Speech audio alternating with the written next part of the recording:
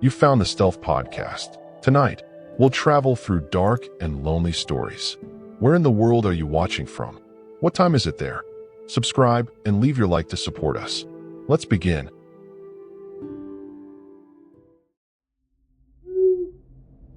I never thought my life would end in Alabama. Being 27 years old and from Portland, Oregon, I'd spent the last 2 years living the Vanlife dream in my meticulously converted 2012 Sprinter. My name is Levi Thornhill, and I was supposed to be just passing through on my way to Florida's beaches for winter. The September heat was brutal as I pulled off I-65 near a small town called Greenville.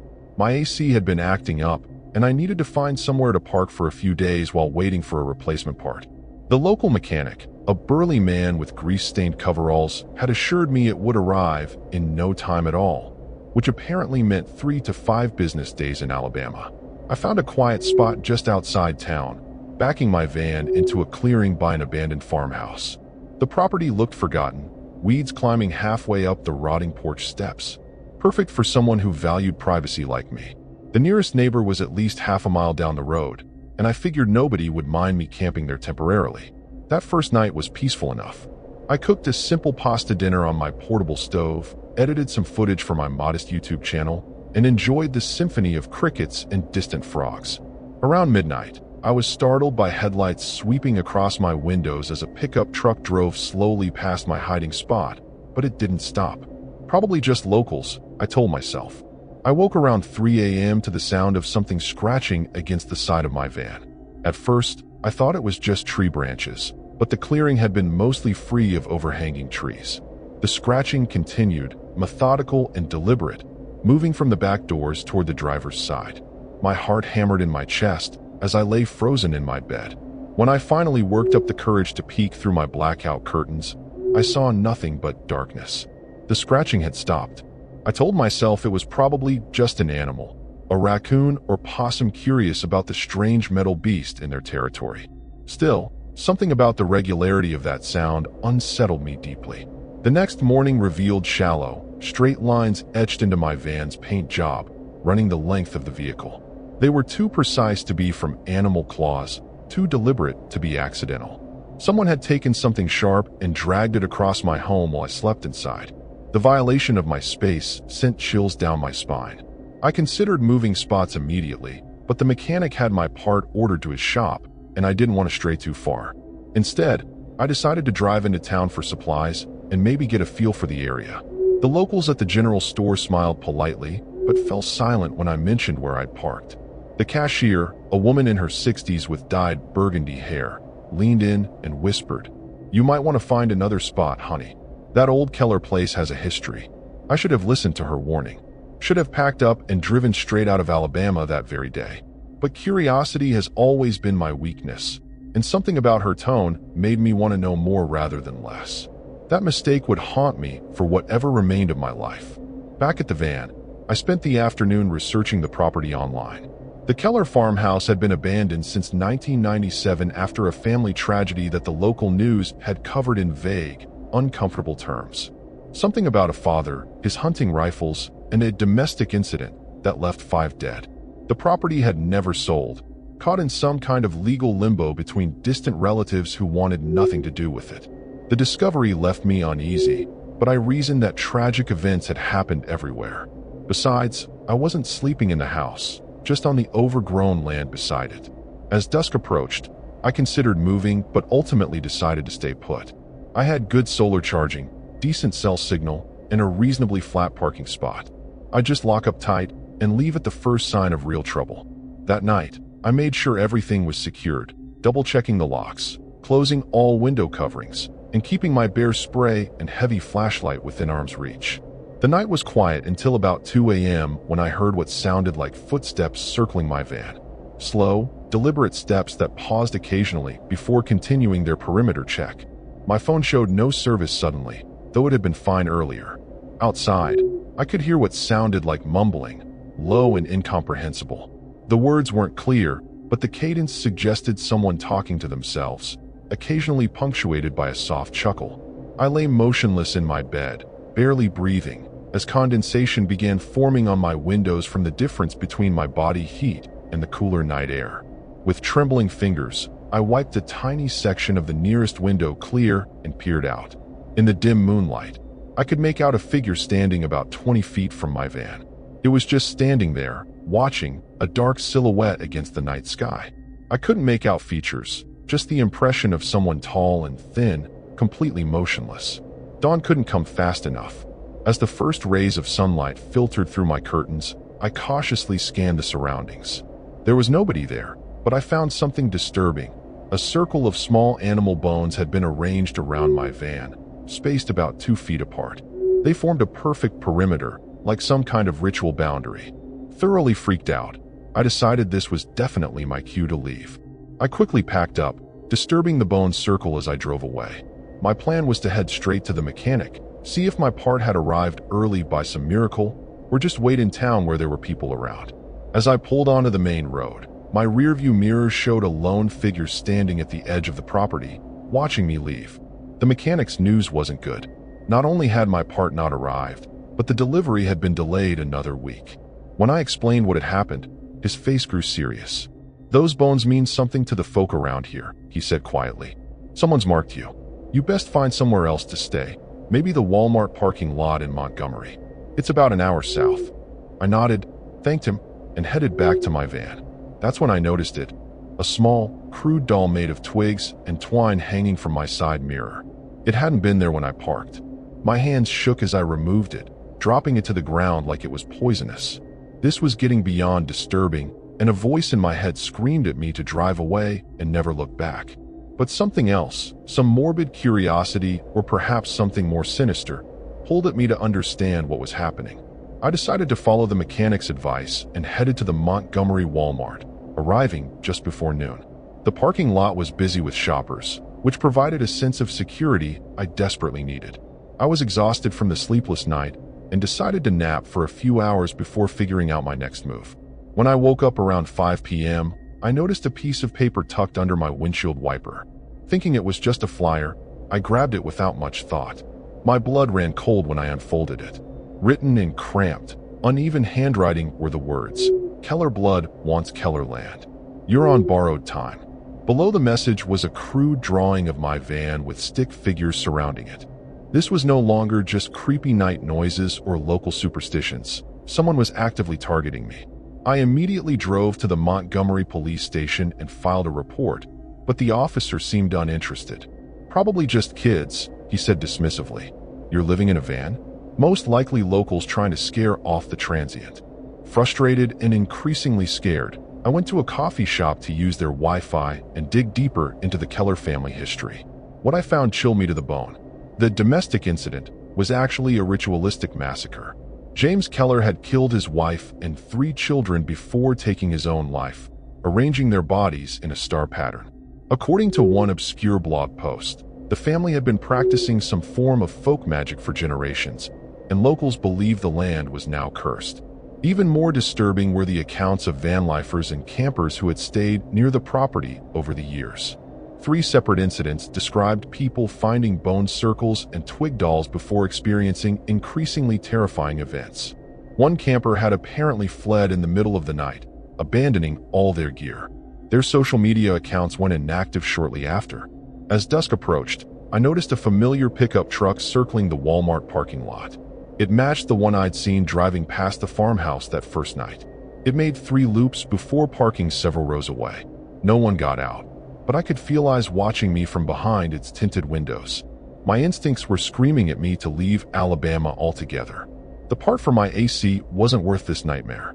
I could get it fixed somewhere else, somewhere safer. I started the engine and pulled out of the parking lot, watching the pickup remain stationary in my rearview mirror. My plan was to drive straight through the night, crossing into Florida where I could lose myself in the crowds of snowbirds and tourists. About 20 miles south of Montgomery, my engine started making a horrible grinding noise. The temperature gauge shot into the red zone, and steam began billowing from under the hood. No, I muttered, pulling onto the shoulder. This couldn't be happening. My van was meticulously maintained. I'd had it serviced just 2 weeks ago. When I popped the hood, the problem was immediately obvious and definitely not accidental. Several hoses had been cleanly cut, and sugar residue was visible around the gas cap. Someone had sabotaged my van while I slept. As I stood there in shock, headlights appeared in the distance, approaching slowly from the north. The same pickup truck. My heart nearly stopped when it pulled in behind me, its engine idling menacingly. I slammed the hood shut and dove back into my van, locking the doors just as the pickup's headlights cut off. In the sudden darkness, I fumbled for my phone, but the screen showed no service, just like at the farmhouse. Through my rearview mirror, I could see 3 figures emerging from the truck, their features indistinguishable in the gloom. My van wouldn't start, but I still had battery power. I quickly grabbed my essentials: wallet, phone, water bottle, and bear spray, stuffing them into a small backpack.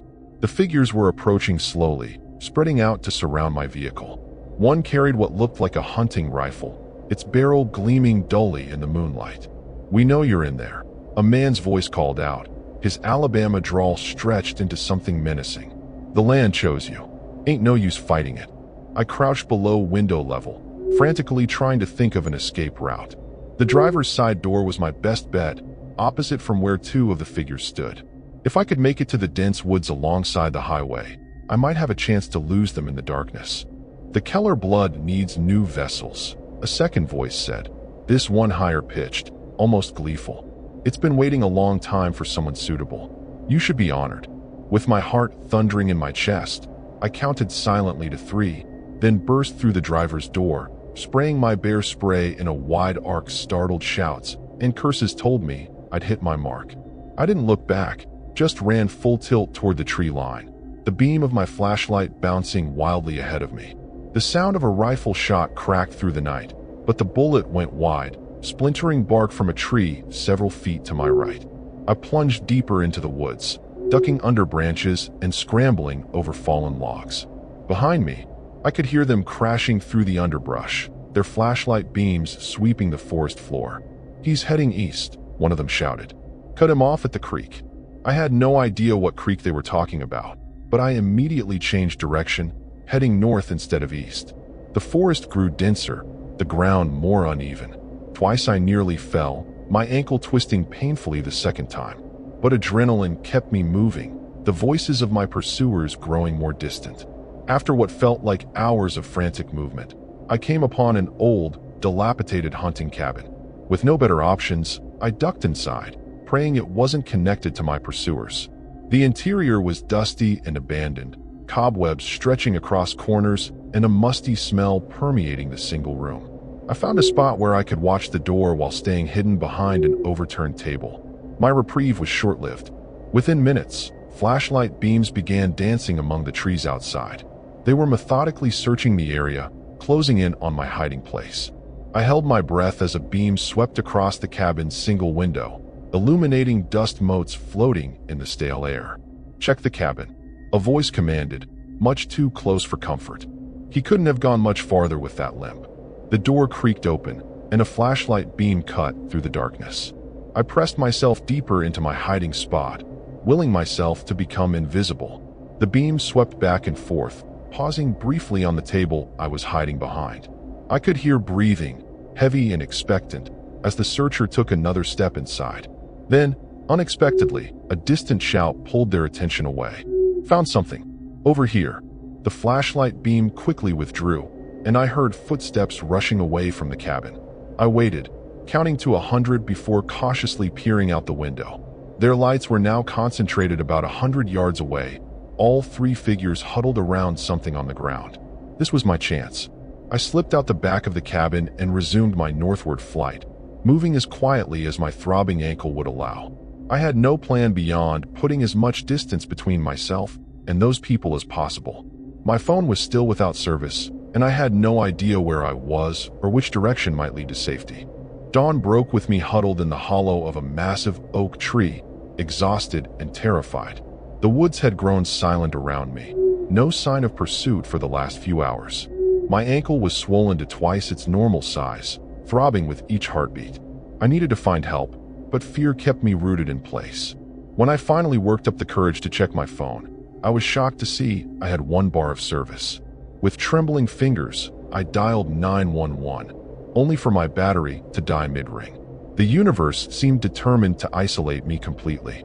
Moving as quietly as my injury allowed, I continued north, using the rising sun as my guide. After an hour of painful progress, I spotted something through the trees, a paved road. My heart leapt with hope as I limped toward it, desperate for any sign of civilization. The road was narrow and unmarked, clearly rural but well-maintained. I chose a direction arbitrarily and began hobbling along the shoulder, thumb out whenever I heard a vehicle approaching. 2 pickup trucks passed without slowing, their drivers eyeing me suspiciously. The third vehicle, an older model sedan, finally pulled over. The driver was an elderly woman with silver hair and kind eyes. "Goodness, what happened to you?" she asked as I limped toward her car. I gave her a sanitized version of the truth, that I was a vanlifer whose vehicle had broken down and I needed to get to the nearest town. "You're in luck," she said, introducing herself as Martha. "I'm heading to Georgiana right now. It's small, but they've got a sheriff's office and a clinic for that ankle." She seemed genuinely concerned, offering me water from her own bottle and a granola bar from her purse. As we drove, Martha chatted about local history, mentioning that these woods had always had strange happenings. When I cautiously brought up the Keller property, her expression darkened. "Those people were practicing things they shouldn't have," she said quietly. "Some say James Keller made a pact with something old and hungry that lives in these woods. Promised it new vessels every generation. When he couldn't deliver, well, that's when the tragedy happened."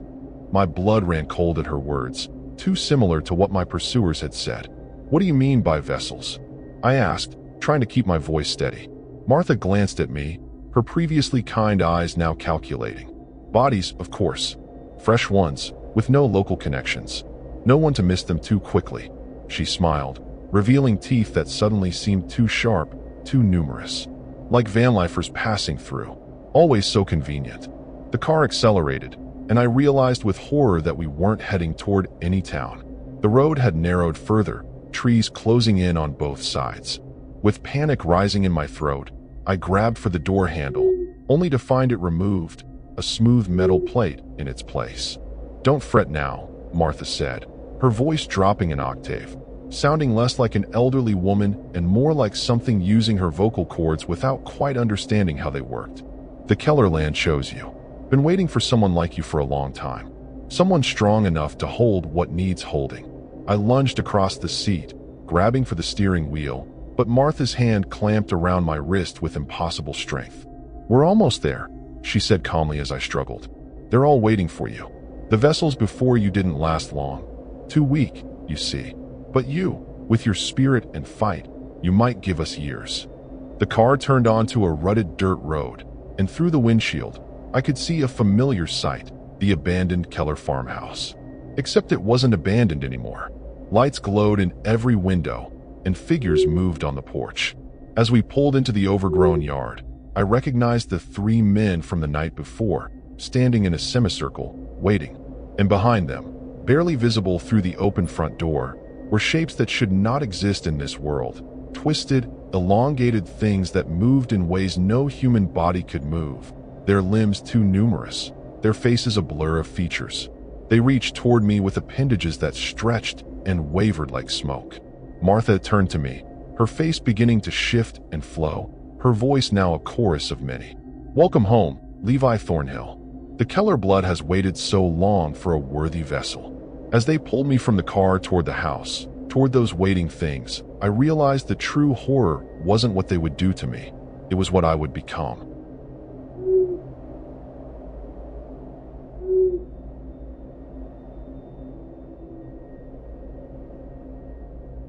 I'm Harper Easton, 34 years old from Tacoma, Washington. After losing my marketing job during company-wide layoffs, I decided to take a year to travel and reevaluate my life choices. My savings bought me a decent used 2018 Ford Transit that I converted myself, complete with a comfortable bed, compact kitchen, and even a tiny bathroom, luxuries by van standards. I named her Stella, and she became my home and my sanctuary. The journey had been therapeutic until I hit Alabama.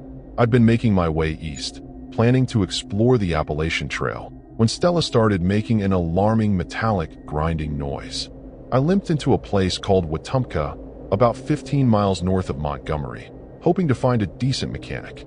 Wetumpka charmed me initially with its small-town feel and the scenic Coosa River winding through it. The local garage told me they'd need to order parts that would take at least 4 days to arrive. Facing an unexpected stay, I asked about safe places to park overnight. The mechanic, a wiry man named Dale with oil-stained hands and a perpetual squint, suggested the Walmart parking lot or a campground about 20 miles out of town. Though, he added, lowering his voice, if you're looking to save money, there's an old paper mill just outside town. Closed down in '05. Nobody bothers with the parking lot these days, and the security cameras haven't worked in years. Plenty of vanlifers use it as they pass through. The prospect of a free, secluded spot was too tempting to pass up. After grabbing supplies from the local grocery store, I followed Dale's directions to an industrial area on the outskirts of town.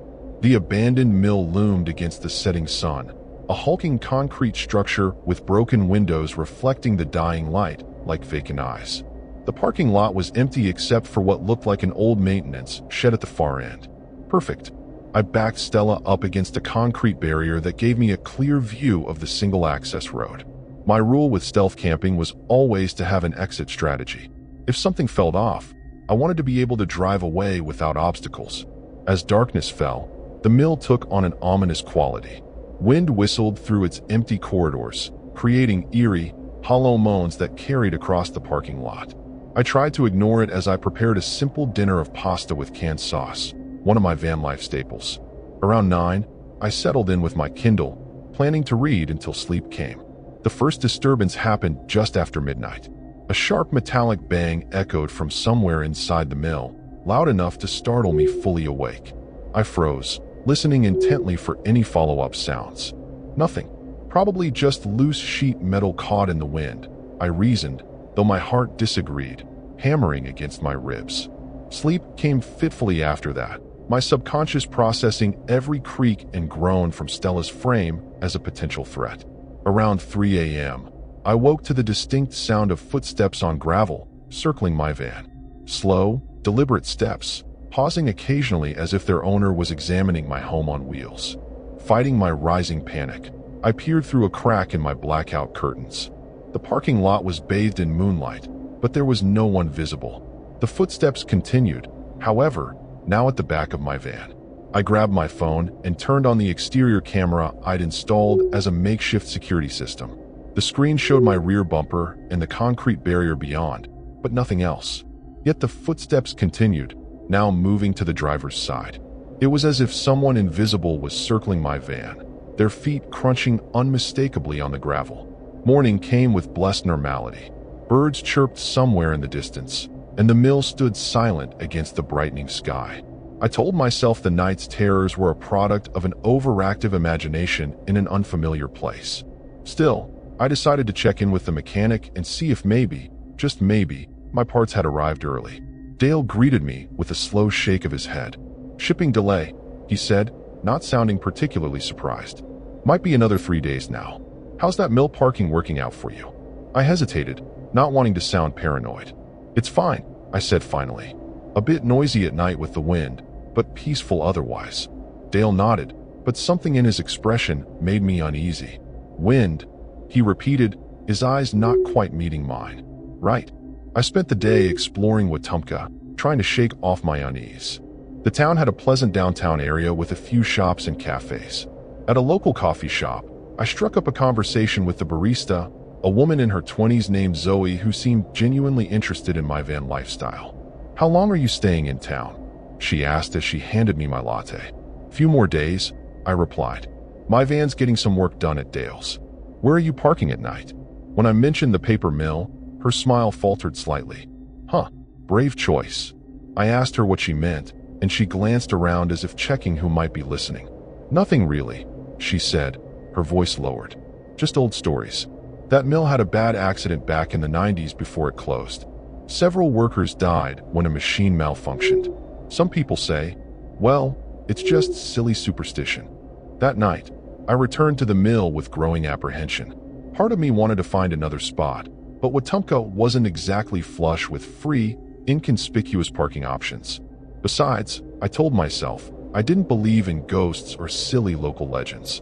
The sounds I'd heard were just the wind and an old building settling. I decided to turn in early, hoping a full night's sleep would reset my nerves. Around 10 p.m., I locked up Stella securely, drew all the blackout curtains, and nestled into my bed with an audiobook playing softly in my earbuds. The first dream came swiftly.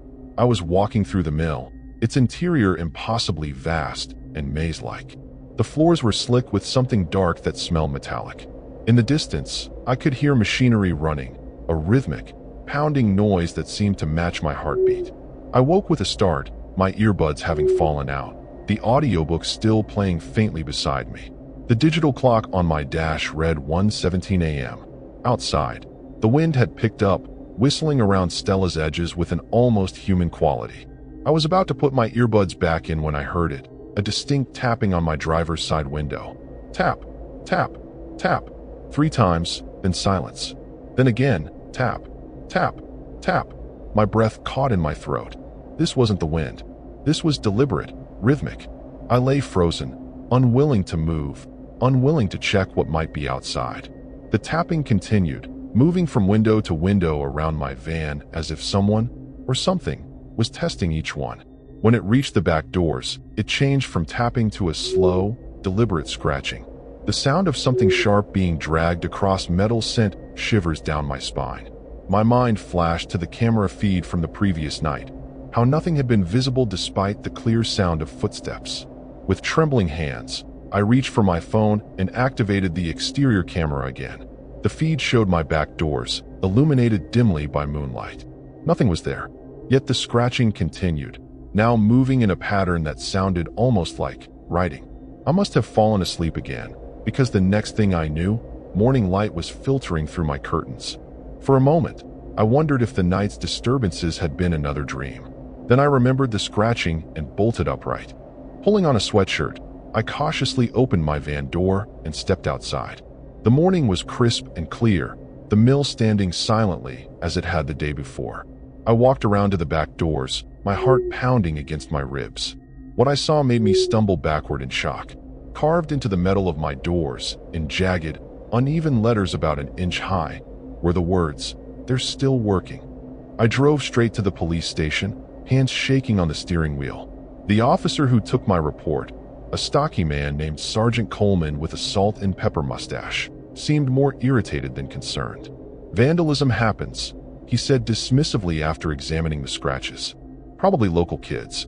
That mill's been a hangout spot for teenagers since it closed." But there was nobody there, I insisted. I checked my security camera.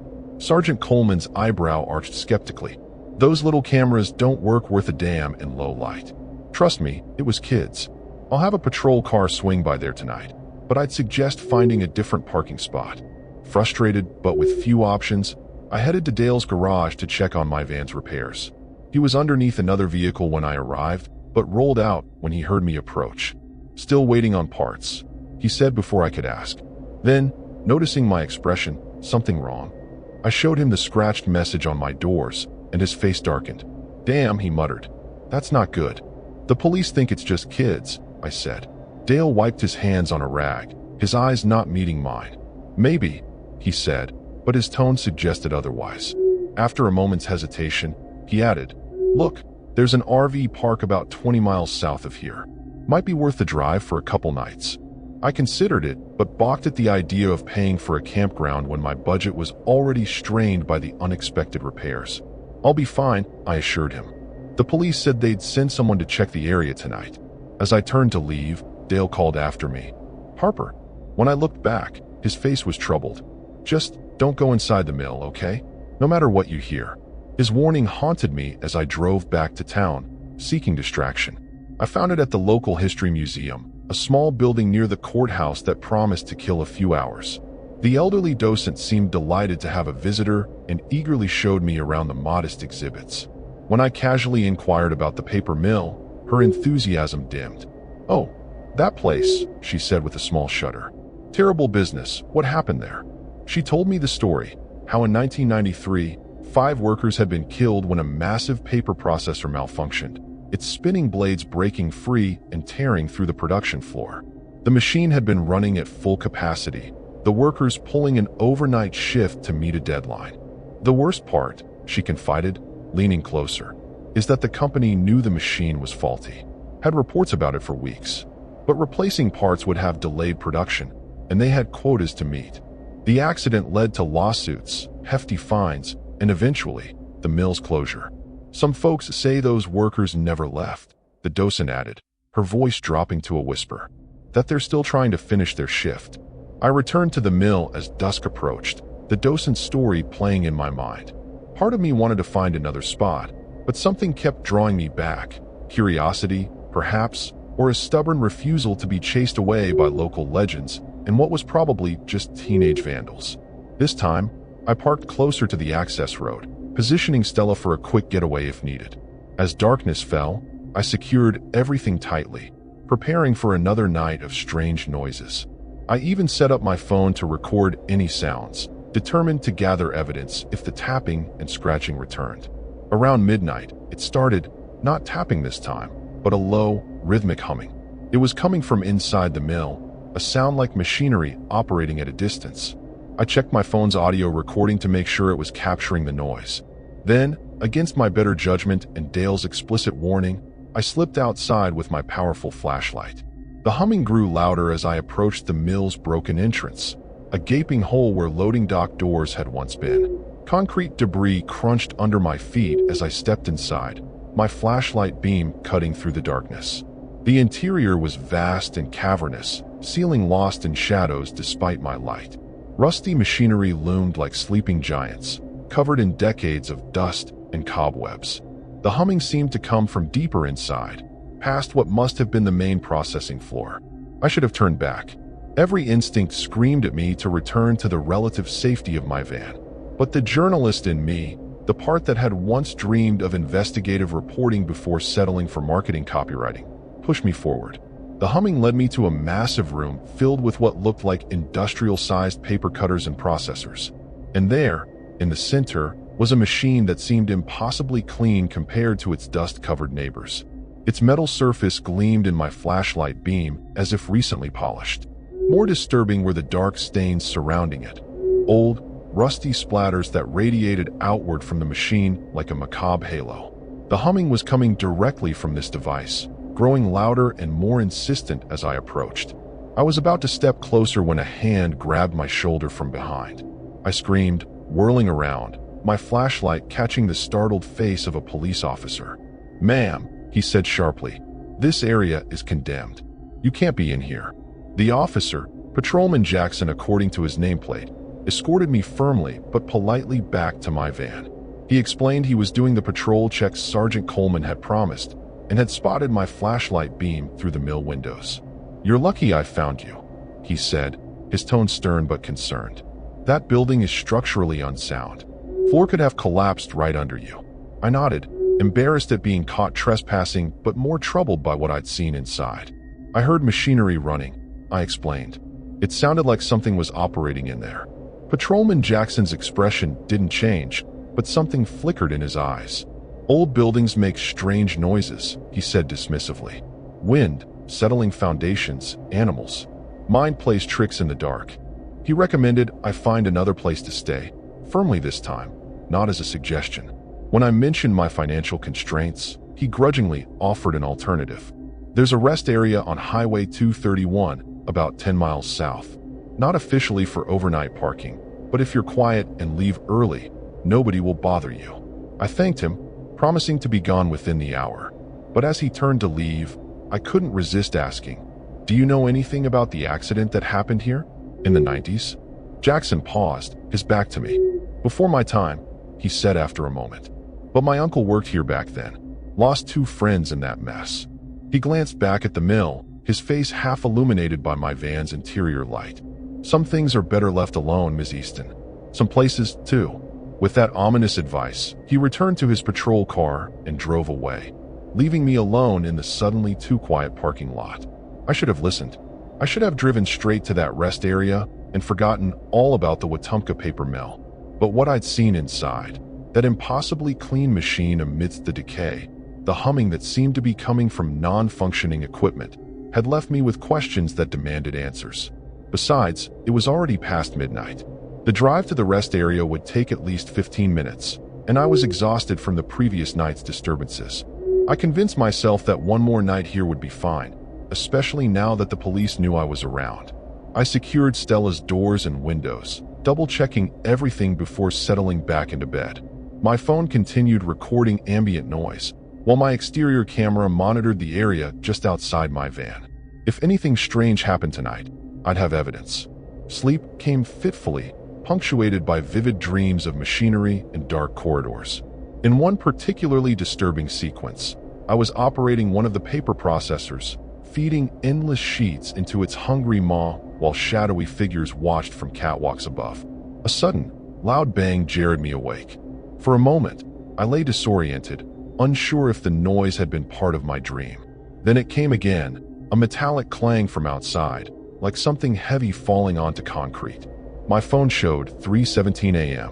The exterior camera feed revealed nothing unusual, just the dark parking lot and the mill's looming silhouette. I was about to dismiss the sound as more settling noises when my van's interior lights flickered on, then off, then on again. This wasn't possible. The electrical system was independent from the engine, powered by my solar setup and auxiliary battery. Even if the battery was failing, the lights wouldn't flicker like this. They'd dim gradually. The radio came to life next, scanning through stations at low volume, snippets of static and late-night talk shows bleeding into each other. I hadn't even turned it on.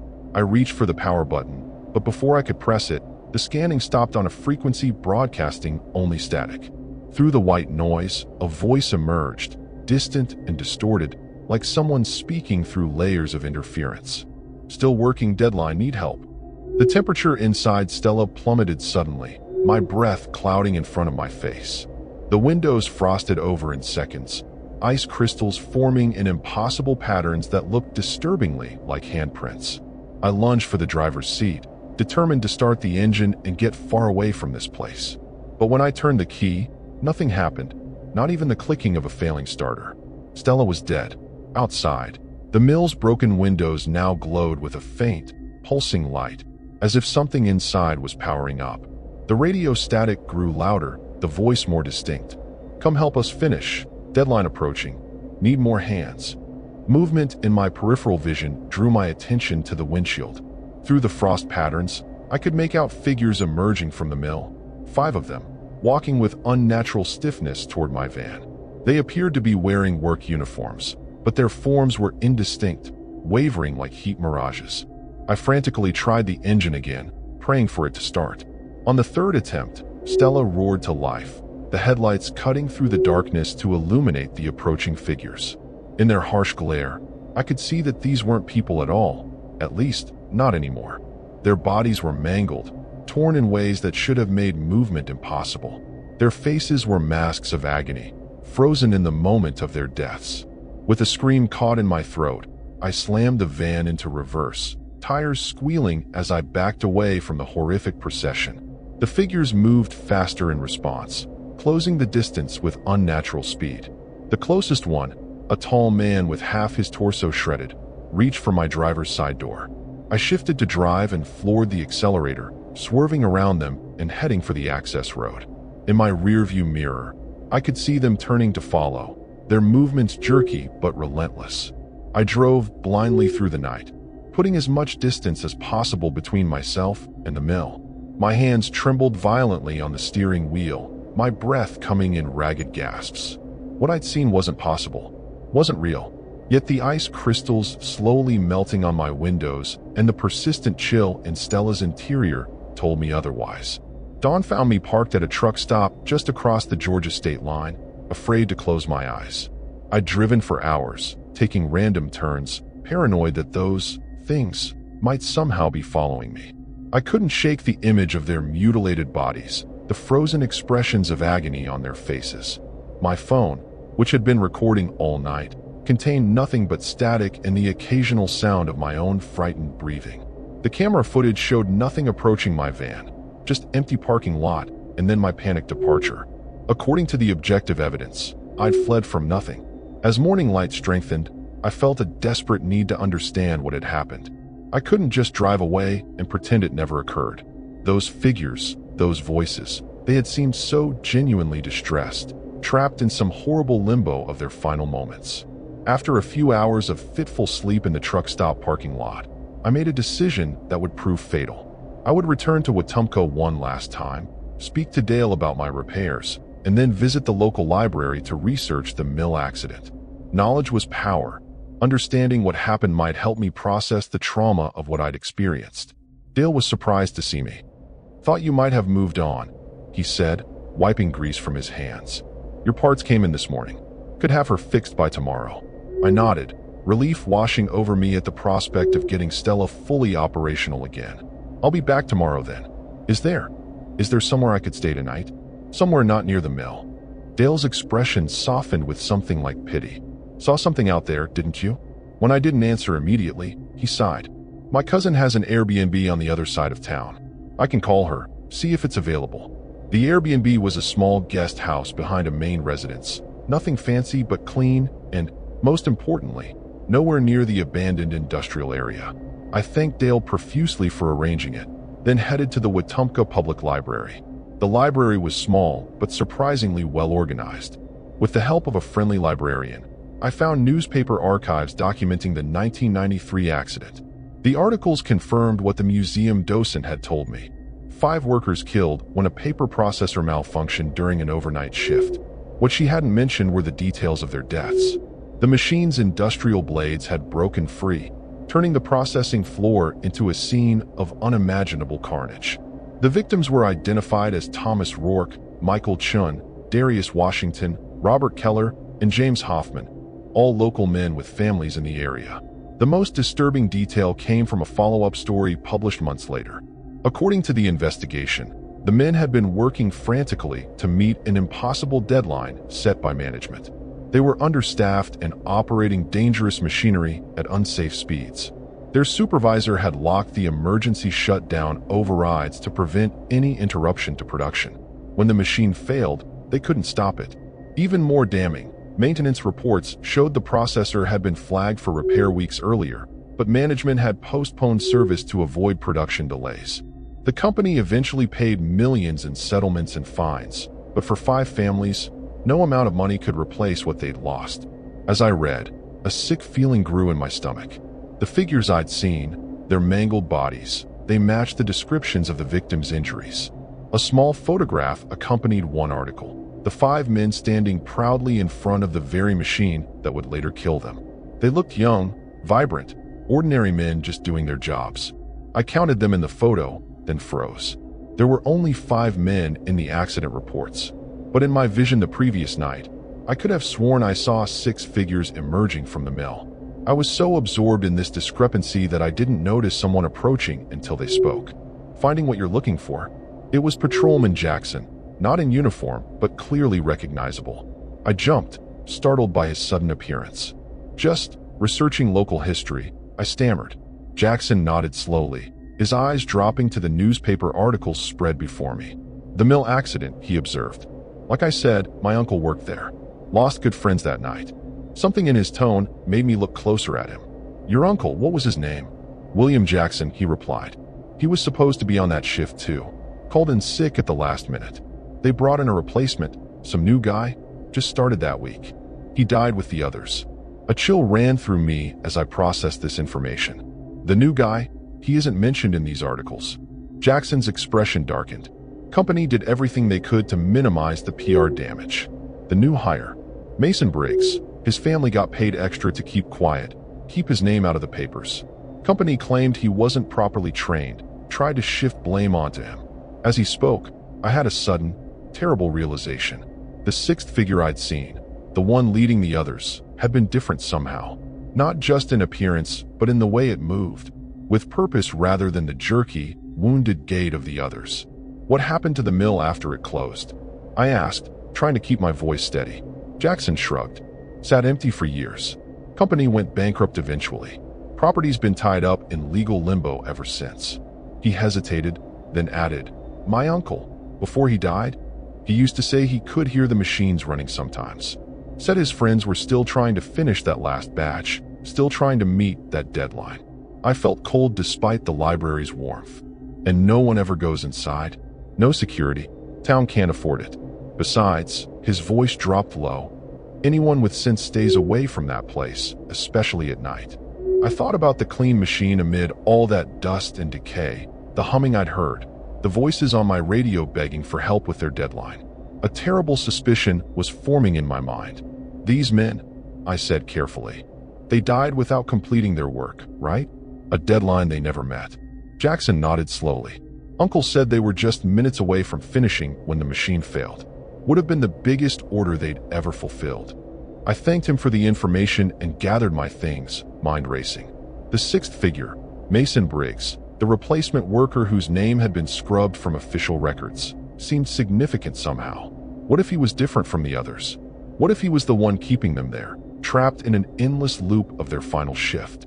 As I left the library, I made a decision that would seal my fate. I would go back to the mill one more time, during daylight hours, to see if I could find anything about this sixth worker, anything that might explain what was happening there.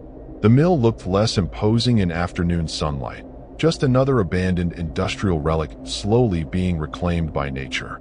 I parked Stella at a distance and approached on foot, alert for any sign of patrol cars or watchful locals.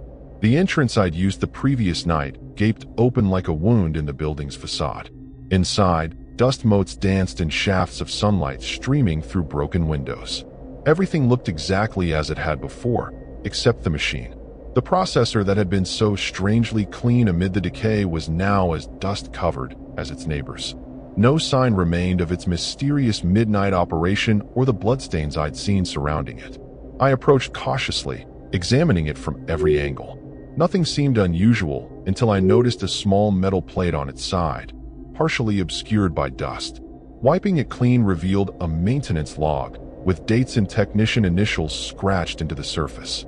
The final entry read, "Safety override malfunctioning. Do not operate until replaced. MB October 17th, 93-inch. MB Mason Briggs." The replacement worker. He'd identified the problem, the very issue that would lead to the catastrophic failure 3 days later. A noise behind me made me whirl around. Standing in the shadows was a figure, a man in work clothes, his face obscured by the mill's gloom. "You found it," he said, his voice echoing strangely in the cavernous space. I tried to warn them. No one listened. As he stepped forward into a shaft of sunlight, I could see his face clearly for the first time. Ordinary, unremarkable, the face of a man who had died decades ago. "Mason Briggs. They're trapped here," he continued, gesturing around us. "Caught in that last night, that last deadline. They don't understand they're dead. They think if they just finish the job, they can go home." I backed away, heart hammering in my chest. "Why are you showing me this? What do you want from me?" His expression turned sorrowful. "I need help to set them free. I can't do it alone. I've tried for 30 years. "Why me?" I whispered. "Because you came back," he said simply. "Because you wanted to understand. If you do," he explained his plan, "we would simulate the completion of that final order, tricking the trapped souls into believing they'd met their deadline. It would require operating the machine one last time, feeding blank paper through to create the impression of finished product. It seemed simple enough. Humanitarian, even. These were tormented spirits, stuck in an endless loop of their most traumatic moment. Setting them free seemed like the right thing to do. I should have known better. I should have remembered that in every ghost story, there's always a price to be paid for interfering with the dead. As night fell, I returned to the mill with Mason's instructions clear in my mind. The machine would power up at midnight. It always did, drawing energy from some otherworldly source. I would feed the blank paper through while Mason operated the controls. The other workers would appear, as they did every night, to continue their endless shift. When they saw the completed order, they would finally be at peace. At least, that's what Mason had promised. The mill was alive with activity when I entered at 11:50 p.m. Ghostly figures moved through the darkness, operating machinery that groaned and clanked despite decades of disuse. I recognized them from the newspaper photographs: Thomas, Michael, Darius, Robert, James. Each one focused intently on his task, unaware of his own death. Mason stood by the processor, which hummed with deadly energy. "Right on time," he said, his form more solid than the others. "They're almost ready." I approached with my stack of blank paper, trying not to look directly at the workers' mutilated forms. Up close, the injuries that had killed them were horrifyingly detailed: torn flesh, exposed bone, wounds that would have been instantly fatal. "Feed the paper through when I tell you," Mason instructed, hands poised over the controls. "Don't stop until it's all gone." The machine's hum grew louder, its mechanisms spinning faster than seemed possible. The other workers took notice, gathering around with expectant expressions. This wasn't part of their nightly routine. Something was changing. "Now," Mason shouted, and I began feeding sheets into the processor. The paper disappeared into the machine's maw, emerging from the other end as pristine, processed stock. The workers watched in growing excitement, their spectral forms becoming more defined, more present. "It's working," Mason exulted. "Keep going." As the last sheet disappeared into the processor, the workers began to fade, their forms becoming transparent, expressions of relief replacing their perpetual agony. All except Mason, who seemed to grow more solid with each passing second. "Thank you," he said, his voice no longer echoing but clear and very much alive. 30 years I've been trying to find someone willing to help me cross over." Cold dread washed over me as I realized what was happening. "Crossover? But you said this was to help them move on." Mason smiled, and for the first time, I noticed his injuries were different from the others, less random, more precise. A pattern of wounds that looked almost ritualistic. "They moved on years ago," he said calmly. "Those were just echoes, memories I maintained to lure people like you. People who couldn't resist helping, couldn't resist understanding." The truth hit me with sickening clarity. Mason hadn't been an innocent victim of the accident. The maintenance log, his warning about the safety override, he'd known exactly what would happen when the machine failed. "You sabotaged it," I whispered. "You caused the accident." He nodded, unashamed. A sacrifice was required. 5 souls for 30 years of half-life. Not a bad bargain. He stepped closer, fully corporeal now. "But the time runs out. I need a living vessel to continue my work." I turned to flee, but my legs wouldn't move. The processor behind me had started spinning again, faster and more violently than before. Metal shrieked against metal as components tore free, just as they had that fatal night in 1993. "Your van friends talk," Mason said conversationally, circling me like a predator. "They pass through, share stories about the haunted mill in Wetumpka. 1 or 2 a year come to investigate, like you. Usually they're more careful, though. Usually they don't come back after the first night." The machine behind me erupted, blades tearing free and spinning toward us with impossible speed. Mason didn't flinch, didn't move to avoid them. Instead, he grabbed my arm in a grip that burned like ice. "Your body will serve as my vessel," he hissed, his face inches from mine. "Your van will be my transport. 30 more years, 30 more souls." The cycle continues. The blades reached us, tearing through me with impossible pain, shredding flesh and bone. But I didn't fall, didn't die. Something was happening. My consciousness was being pushed aside, compressed into a tiny corner of my own mind as another presence expanded to fill the void. The last thing I saw with my own eyes was my reflection in a broken window, my body standing unnaturally straight despite grievous wounds, my face twisted into Mason's triumphant smile. The last thing I heard with my own ears was his voice, now coming from my own throat. "Time to find the next willing helper. Vanlifers make such perfect vessels. No one notices when they disappear." Now I am trapped, a passenger in my own damaged body, as Mason drives my van from town to town, looking for his next victims. I've learned the truth too late. He was never a worker at all, but something ancient that feeds on death and pain, something that found the perfect hunting ground in that mill. Sometimes, in quiet moments, I can almost reach the surface, almost warn the people he lures with my friendly smile and my harmless appearance. But then he pushes me down again, back into the darkness. If you see a woman in her 30s driving a 2018 Ford Transit with Washington plates, don't approach. Don't accept her offer of help or friendship. And whatever you do, don't follow her to any abandoned places, no matter how curious you might be about the strange stories she tells. She's not alone in there, and neither of us has your best interests at heart.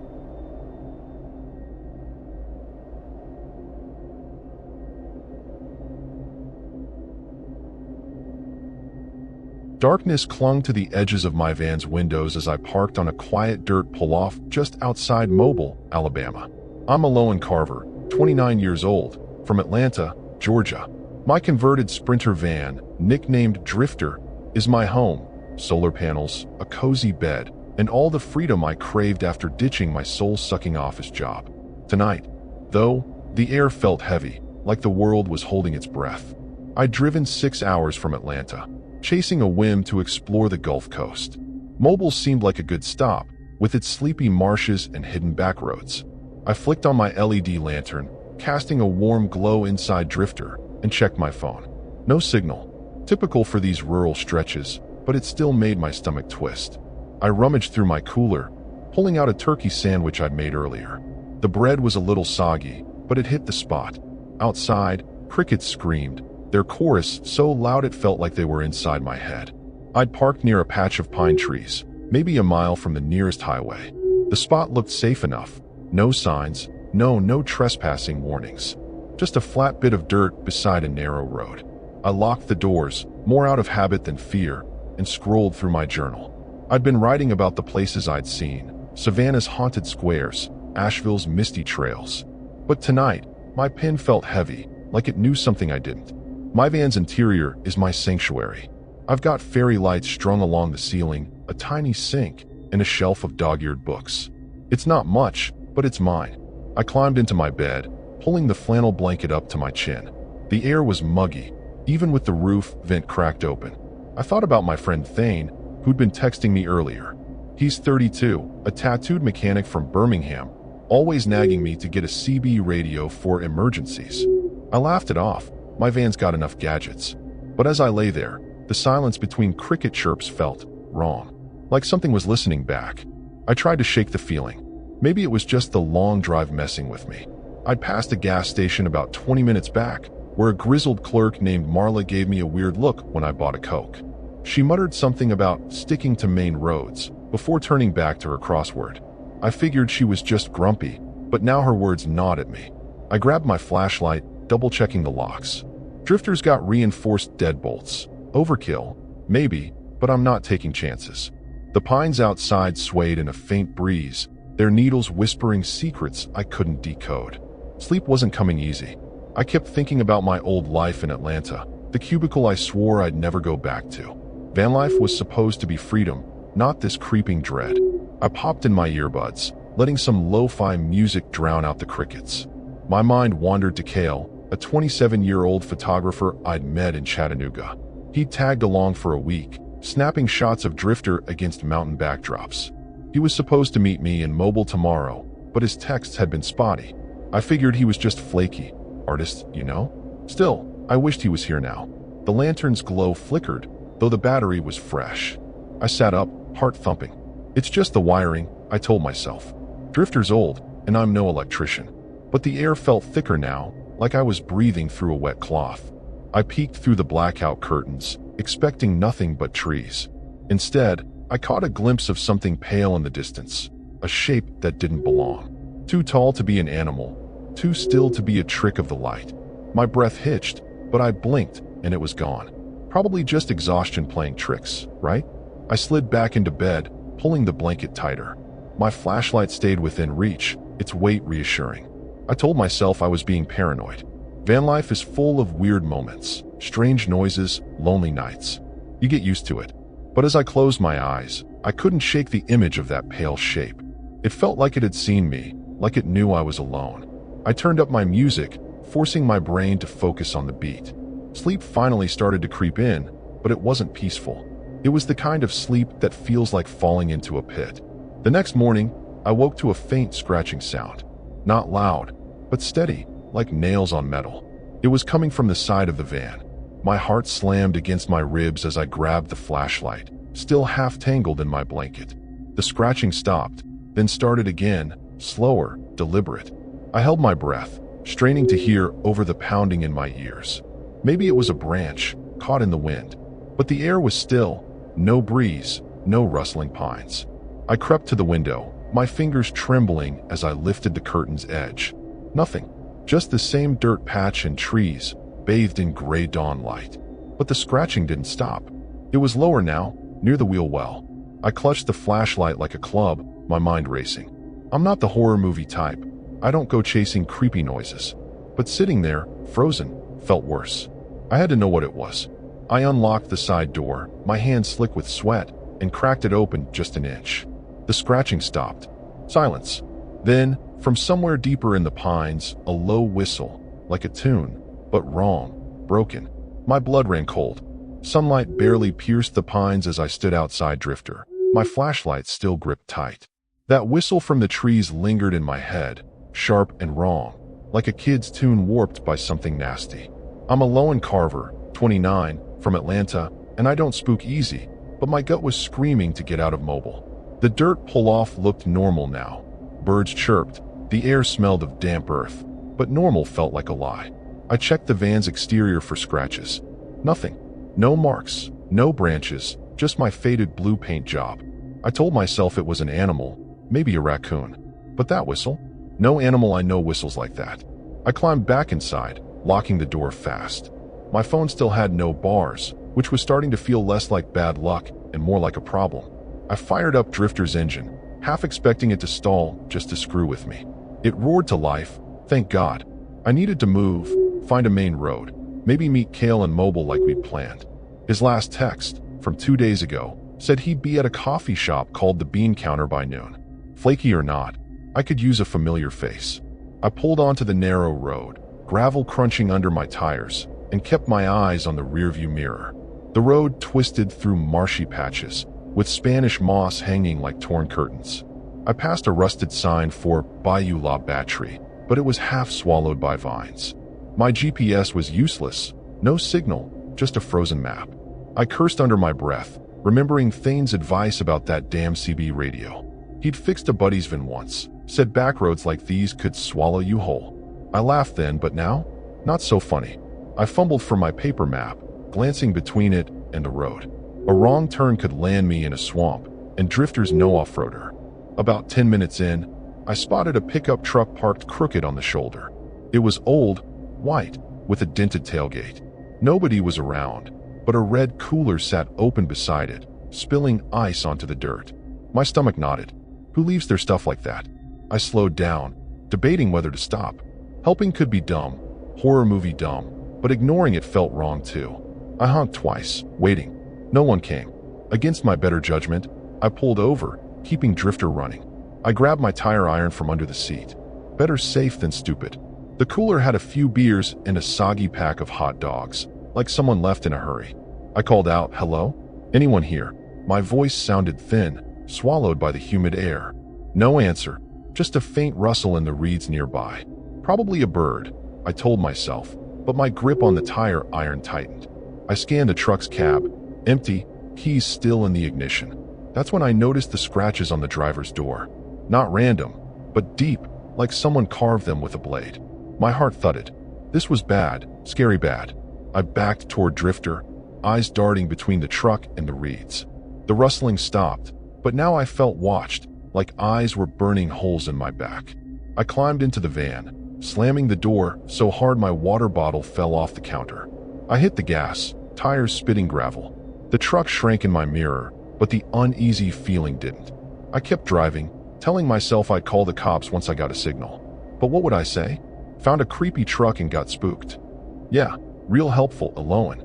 The road finally spilled onto a wider highway, and I exhaled, loosening my death grip on the wheel. A gas station sign glowed ahead, same one I'd stopped at yesterday. Marla, the clerk, might still be there, and I needed answers. Or at least a Coke.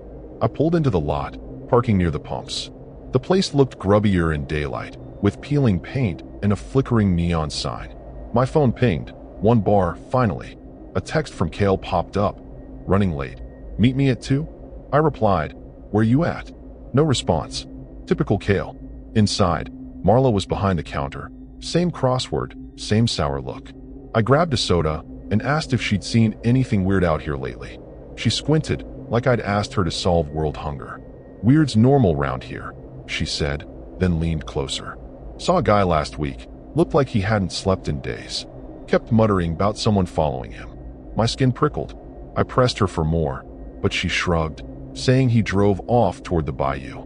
I paid and left, her words sticking like damp clothes. Back in Drifter, I checked my map again. The bean counter was 15 miles away, but I couldn't shake the image of that truck, those scratches. Or Marla's story about the guy. What if he was still out there? What if something was? I started the engine, but before I pulled out, I noticed a folded piece of paper tucked under my wiper. My heart sank. I hadn't seen anyone near the van. I leaned out, snatching it. Scrawled in smudged ink, "Don't stay tonight." No signature, no explanation. Just those 3 words, chilling and disturbingly clear. The note's words burned in my brain as I drove toward Mobile's downtown. "Don't stay tonight." I'm a Lowen Carver, 29, from Atlanta, and I've never been one for omens, but that scrawled warning felt like a punch to the gut. My hands shook as I stuffed the paper into my glove box, trying to focus on the road. The bean counter was close, and Cale better have a good excuse for ghosting me. But the note, the truck, Marla's story, it all swirled into something scary, something I couldn't ignore. The highway hummed under Drifter's tires, but every passing car made me flinch, like they were watching me. I pulled into the coffee shop's lot at 1:45, scanning for Cale's beat-up Jeep. Nothing. The place was a hipster haven. Chalkboard menus, exposed brick, baristas with ironic mustaches. I grabbed a corner table, my tire iron tucked in my backpack, just in case. My phone had 2 bars now, but Cale hadn't answered my texts. I sent another. "Here. Where are you?" The barista, a lanky guy named Rory, brought my latte. I asked if he'd seen a photographer type, maybe with a camera bag. He shook his head, but his eyes lingered on me, like he knew something I didn't. The coffee shop buzzed with chatter, but I felt exposed, like a deer in a clearing. I kept glancing at the door, expecting Cale, or worse, whoever left that note. My mind flashed to a true crime podcast I'd binged last month, about a drifter in Louisiana who'd lure travelers off back roads. No bodies, just empty cars found weeks later. I shook it off, sipping my latte, but the fear stuck. I checked my van through the window. Drifter sat alone, no notes, no shadows. Still, I couldn't relax. Something was wrong, disturbingly wrong. At 2:15, I called Cale. Straight to voicemail. "Hey, it's Lowen. I'm at the coffee shop. You okay?" I hung up, my stomach twisting. He'd never been this flaky. I thought about Thane, back in Birmingham, probably elbow deep in engine grease. He'd know what to do, but he was hours away. I opened my journal, trying to distract myself, but my pen froze when I saw a guy outside. He was leaning against a street lamp, staring at Drifter. Tall, gaunt, wearing a stained hoodie. His eyes locked on my van like it owed him money. I gripped my backpack, heart racing. The guy didn't move, just kept staring. I told myself he was just some local, maybe homeless, but his stillness was creepy, horror movie creepy. I waved Rory over, pointing out the window. "Know that guy?" Rory squinted, then frowned. "Seen him around. Hangs out by the docks sometimes. Never talks." "Great." I asked if there was a back exit. Rory nodded, but before he could say more, the guy outside turned and walked off, vanishing around a corner. My relief was short-lived. He'd seen me watching. I decided to wait for Cale a bit longer, but my nerves were shot. I doodled in my journal, sketching the scratched-up truck from earlier. The memory of those deep gashes made my skin crawl. I glanced at my phone. 2:45, still no Cale. A new text popped up, but it wasn't from him. Unknown number. You were warned. My breath caught. I looked around the coffee shop, half expecting someone to be staring. Nobody was. Just students on laptops and a mom with a stroller. But that text felt like a blade at my throat. I bolted for the counter, showing Rory the text. He raised an eyebrow, like I was overreacting. "Probably a prank," he said, but his voice wavered. I wasn't buying it. I paid and headed for Drifter, tire iron in hand. The lot was quiet, but as I unlocked the van, I noticed something off. The side door's lock was scratched, like someone had tried to jimmy it. My heart sank. This wasn't random. Someone was targeting me, and it was scary as hell. I climbed in, locking everything, and checked the interior. Nothing missing, but the air felt violated. I started the engine, ready to ditch Mobile altogether. But as I pulled out, I saw him, the hoodie guy, standing at the lot's edge, holding something. A camera. Cale's camera, with its dumb red strap. My blood froze. How did he have it? Was Cale okay? I wanted to floor it, but my hands wouldn't move. The guy raised the camera, like he was taking my picture, then turned and slipped into an alley. Every instinct screamed to run, but Cale might be in trouble. I had to decide, follow or flee. I gripped the wheel, my mind a mess. The note, the text, the camera, it was all connected, and it was bad. Real bad. I thought about calling the cops, but what proof did I have? A creepy guy and some vague messages? They'd laugh me off. I glanced at the alley where he'd disappeared. It was narrow, shadowed, the kind of place you don't come back from. But Cale was my friend, and if he was hurt, I cursed under my breath, pulling Drifter to the lot's edge. I wasn't ready for what was coming, but it was coming anyway. Drifter's engine idled as I stared down the alley where the hoodie guy vanished with Cale's camera. My name's Aloan Carver, 29, from Atlanta, and I was in deep, scary shit. Every fiber of me screamed to drive away, but Cale could be hurt, or worse. I grabbed my tire iron, tucked my phone in my pocket, and stepped out, locking Drifter behind me. The alley smelled of rot and salt water, Mobile's docks nearby. My sneakers crunched on broken glass as I crept forward, heart hammering. The walls were tagged with faded graffiti, and a busted streetlight flickered. I whispered Cale's name, half hoping he'd pop out and call me paranoid. No answer, just the distant hum of a ship's horn. The alley split into a maze of narrower paths. I picked one, clutching the tire iron like a lifeline. My mind flashed to a news story I'd read. Some guy in Gulfport ambushed campers, left their gear scattered like trophies. This felt like that, only worse. A clatter up ahead made me freeze. I ducked behind a dumpster, its stink choking me. Peeking out, I saw him, the hoodie guy, crouching over something. A body? My stomach lurched. He was muttering, low and guttural, like a prayer gone wrong. I couldn't see his face, but the camera dangled from his neck. I wanted to run, but my legs felt like cement. I edged closer, staying low. The thing he was hunched over wasn't a body. It was a bag, stuffed with clothes and gear. Cale's tripod poked out, snapped in half. Horror clawed at me. Where was Cale?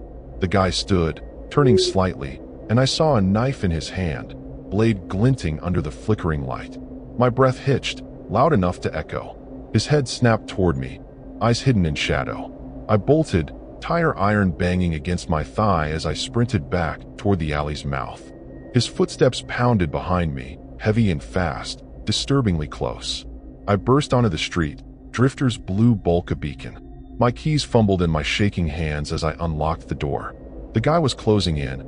I could hear his ragged breathing. I dove inside, slamming the door and hitting the locks. His fists smashed against the window, cracking the glass. I screamed, starting the engine. Drifter roared as I peeled out, tires screeching. In the rear view, he stood in the street, knife raised, just watching. My heart was a jackhammer. I didn't stop, blowing through a red light, praying no cops were around. The highway stretched ahead, but safety felt like a lie. I kept checking my mirrors, expecting his shadow to appear. My phone buzzed, another text from that unknown number. You can't leave. My skin crawled. How did they know? I thought of Marla's story, the guy who'd been followed. Was this him? Or something worse? I floored it, aiming for I-10, figuring a bigger road meant more people, more help. But the gas gauge was low. Shit, I'd forgotten to fill up. A station was miles away, and Drifter was thirsty. I pulled into a rest stop, hands still trembling. The lot was empty except for a semi-truck, its driver probably asleep. I locked the doors and checked the cracked window. It held, but barely. I needed a plan, gas, then a police station. But as I scanned the lot, I saw headlights flicker in the distance, slow and deliberate, like they were hunting. My gut twisted. It was him, or someone with him. I crouched low, turning off Drifter's interior lights. The headlights crept closer, then stopped. A door slammed. Footsteps crunched on gravel. I held my breath, tire iron in hand. The footsteps circled Drifter, slow and deliberate. A shadow passed the window, tall and wrong. I bit my lip to keep from whimpering. My phone vibrated, screen lighting up the cab. Another text. Look behind you. My blood froze. I didn't look, I couldn't. The footsteps stopped, and for a moment, silence. Then a low laugh, cold and sharp, right outside the door. I jammed the key in the ignition, ready to floor it, but the semi-truck's lights flicked on, flooding the lot. The shadow vanished. I didn't wait to see where. I tore out of the rest stop, Drifter's engine screaming. The gas light blinked, mocking me. I had maybe 20 miles left, enough to reach a station if I was lucky. My mind raced. Kale's camera, the knife, the texts. This wasn't random. Someone wanted me scared, or worse. I thought of Thane, wishing I'd listened to his CB radio nagging. The highway was empty, but I felt hunted, like prey in a horror flick. A sign for a gas station glowed ahead. I just had to make it there, refuel, and find help. But the texts kept coming, one after another. You're not alone. The station was a dingy shell, its lights harsh against the night. I pulled up to a pump, scanning the lot. No cars, no shadows. I grabbed my debit card and tire iron, stepping out. The air was thick, like before a storm. I swiped my card, but the pump beeped, declined. What the hell? I tried again. Same. My phone buzzed. You shouldn't have run. My knees buckled. I spun around, expecting him, but the lot was empty. Then I saw it. A glint of metal under Drifter's wheel well. A tracker, small and black, wired to my van. They'd been following me the whole time. The tracker's cold metal burned my fingers as I yanked it off Drifter's wheel well. I'm a Lowen Carver, 29, from Atlanta, and I'd never felt horror like this. The Shell station's fluorescent lights buzzed, casting long shadows. I smashed the tracker under my boot, but it didn't feel like enough. They, whoever they were, knew where I was. My card was still declined, and my phone kept buzzing with texts. Too late. I ran inside, tire iron in hand, and begged the clerk, a kid named Devin, to call the cops. He looked spooked, but grabbed the phone. My eyes stayed glued to the lot, waiting for those headlights. Devin said the cops were 15 minutes out. I didn't have 15 minutes. I asked for his phone, since mine was compromised. He handed it over, and I called Thane. Voicemail. Thane, it's a Lowen. I'm in Mobile, and I'm in trouble. Someone's after me. Please, call me back. I gave Devin's number, then checked Drifter through the window. The cracked glass looked worse, spiderwebbing across. I told Devin about the tracker, the texts, the guy with Kale's camera. His face went pale, like he'd heard this story before. I bought gas with cash, my last $20, and filled Drifter's tank. Devin offered to let me wait inside, but staying felt like sitting in a trap. I thanked him and ran back to the van, locking myself in. The lot was still empty, but the air felt alive, like it was watching. I started the engine, planning to drive straight to the police station. But as I pulled out, my phone lit up with a photo message. It was Kale, tied up, his face bloody, in what looked like a warehouse. The caption, "Come alone, or he's dead." My heart stopped. I didn't know where the warehouse was, but I couldn't leave him. I drove, following a new text with an address near the docks. My mind screamed it was a mistake, but what choice did I have? Kale was family, the kind of friend who'd share his last beer. I thought of a true crime show, victims lured to remote spots, never seen again. This was that, but I kept driving, tire iron on the passenger seat. The docks loomed ahead, a maze of cranes and rusted warehouses. I parked near the address, a squat building with broken windows. No cars, no lights, just silence, heavy and disturbing. I stepped out, tire iron ready. The warehouse door was ajar, creaking in the wind. I called Kale's name, my voice shaking. No answer. Inside, the air was sour, like blood and oil. My flashlight caught glints of metal, chains, hooks, a table with straps. My stomach churned. This wasn't a hideout. It was a slaughterhouse. I found Kale in a corner, tied to a chair, head slumped. I ran to him, whispering his name. His eyes fluttered open, barely alive. I started cutting the ropes with my pocket knife, tears blurring my vision. Footsteps echoed behind me. I spun, flashlight catching the hoodie guy's face, scarred, hollow, grinning. He held a machete, not the knife from before. "You came," he said, voice like gravel. I swung the tire iron, but he dodged, faster than he should have been. Kale groaned, trying to move. I screamed at him to run, but he was too weak. The guy lunged, and I threw myself at him, tire iron cracking against his shoulder. He roared, slashing my arm. Pain exploded, blood soaking my sleeve. I stumbled, dropping the tire iron. I grabbed Kale, dragging him toward the door. The guy was on us, machete raised. I shoved Kale ahead, screaming for him to keep going. We burst outside, but Kale collapsed, his legs giving out. I turned, and the machete came down, catching my side. I fell, vision swimming. The guy loomed over me, but then, sirens. Devin must have called the cops sooner. Headlights flooded the lot, and the guy ran, vanishing into the docks. I crawled to Cale, blood pooling under me. He wasn't breathing. Cops swarmed, shouting, but it was too late. Cale was gone, and I was fading. My arm and side burned, my strength leaking out with every heartbeat.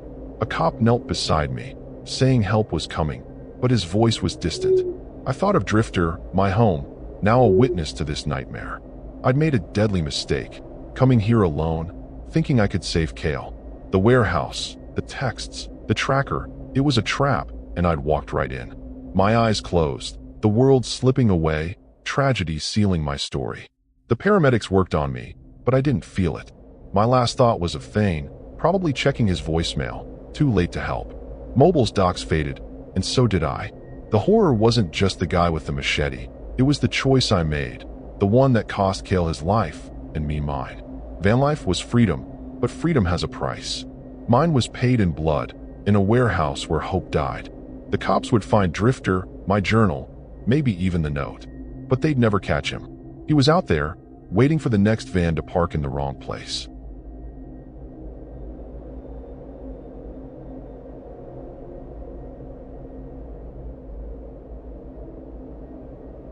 Dusk painted the sky orange as I eased my van onto a gravel turnout off Highway 98, just outside Mobile, Alabama. I'm Soren Valtierra, 31 years old, from New Orleans, Louisiana. My rig, a beat-up Ford Econoline I call Wander, is home, outfitted with a plywood bed, propane stove, and a curtain for privacy. I left Nola's noise behind 6 months ago, chasing quiet roads and cheap living. Tonight, though, Mobile's humid air felt thick, like it was hiding something. I'd driven 4 hours, aiming for a beach campout, but this spot, tucked between a marsh and a crumbling church, called to me. No sign said I couldn't park, so I killed the engine and cracked a window. I dug out a can of chili from my stash, heating it on the stove. The sizzle was comforting, but the marsh's chorus of frogs and bugs was deafening. Wander's got character, dents from a fender bender, a leaky skylight I patched with duct tape. But it's mine. I checked my phone. 1 bar, enough to text my buddy Calix, a 34-year-old bartender back in NOLA. He's always joking I'll end up in a horror flick, lost in some swamp. I laughed it off, but this place had a vibe, like the air was watching. I locked the doors, sipping lukewarm chili straight from the pot. The church nearby was a ruin, its steeple leaning like a drunk. I'd passed it a mile back, windows boarded, ivy choking the bricks.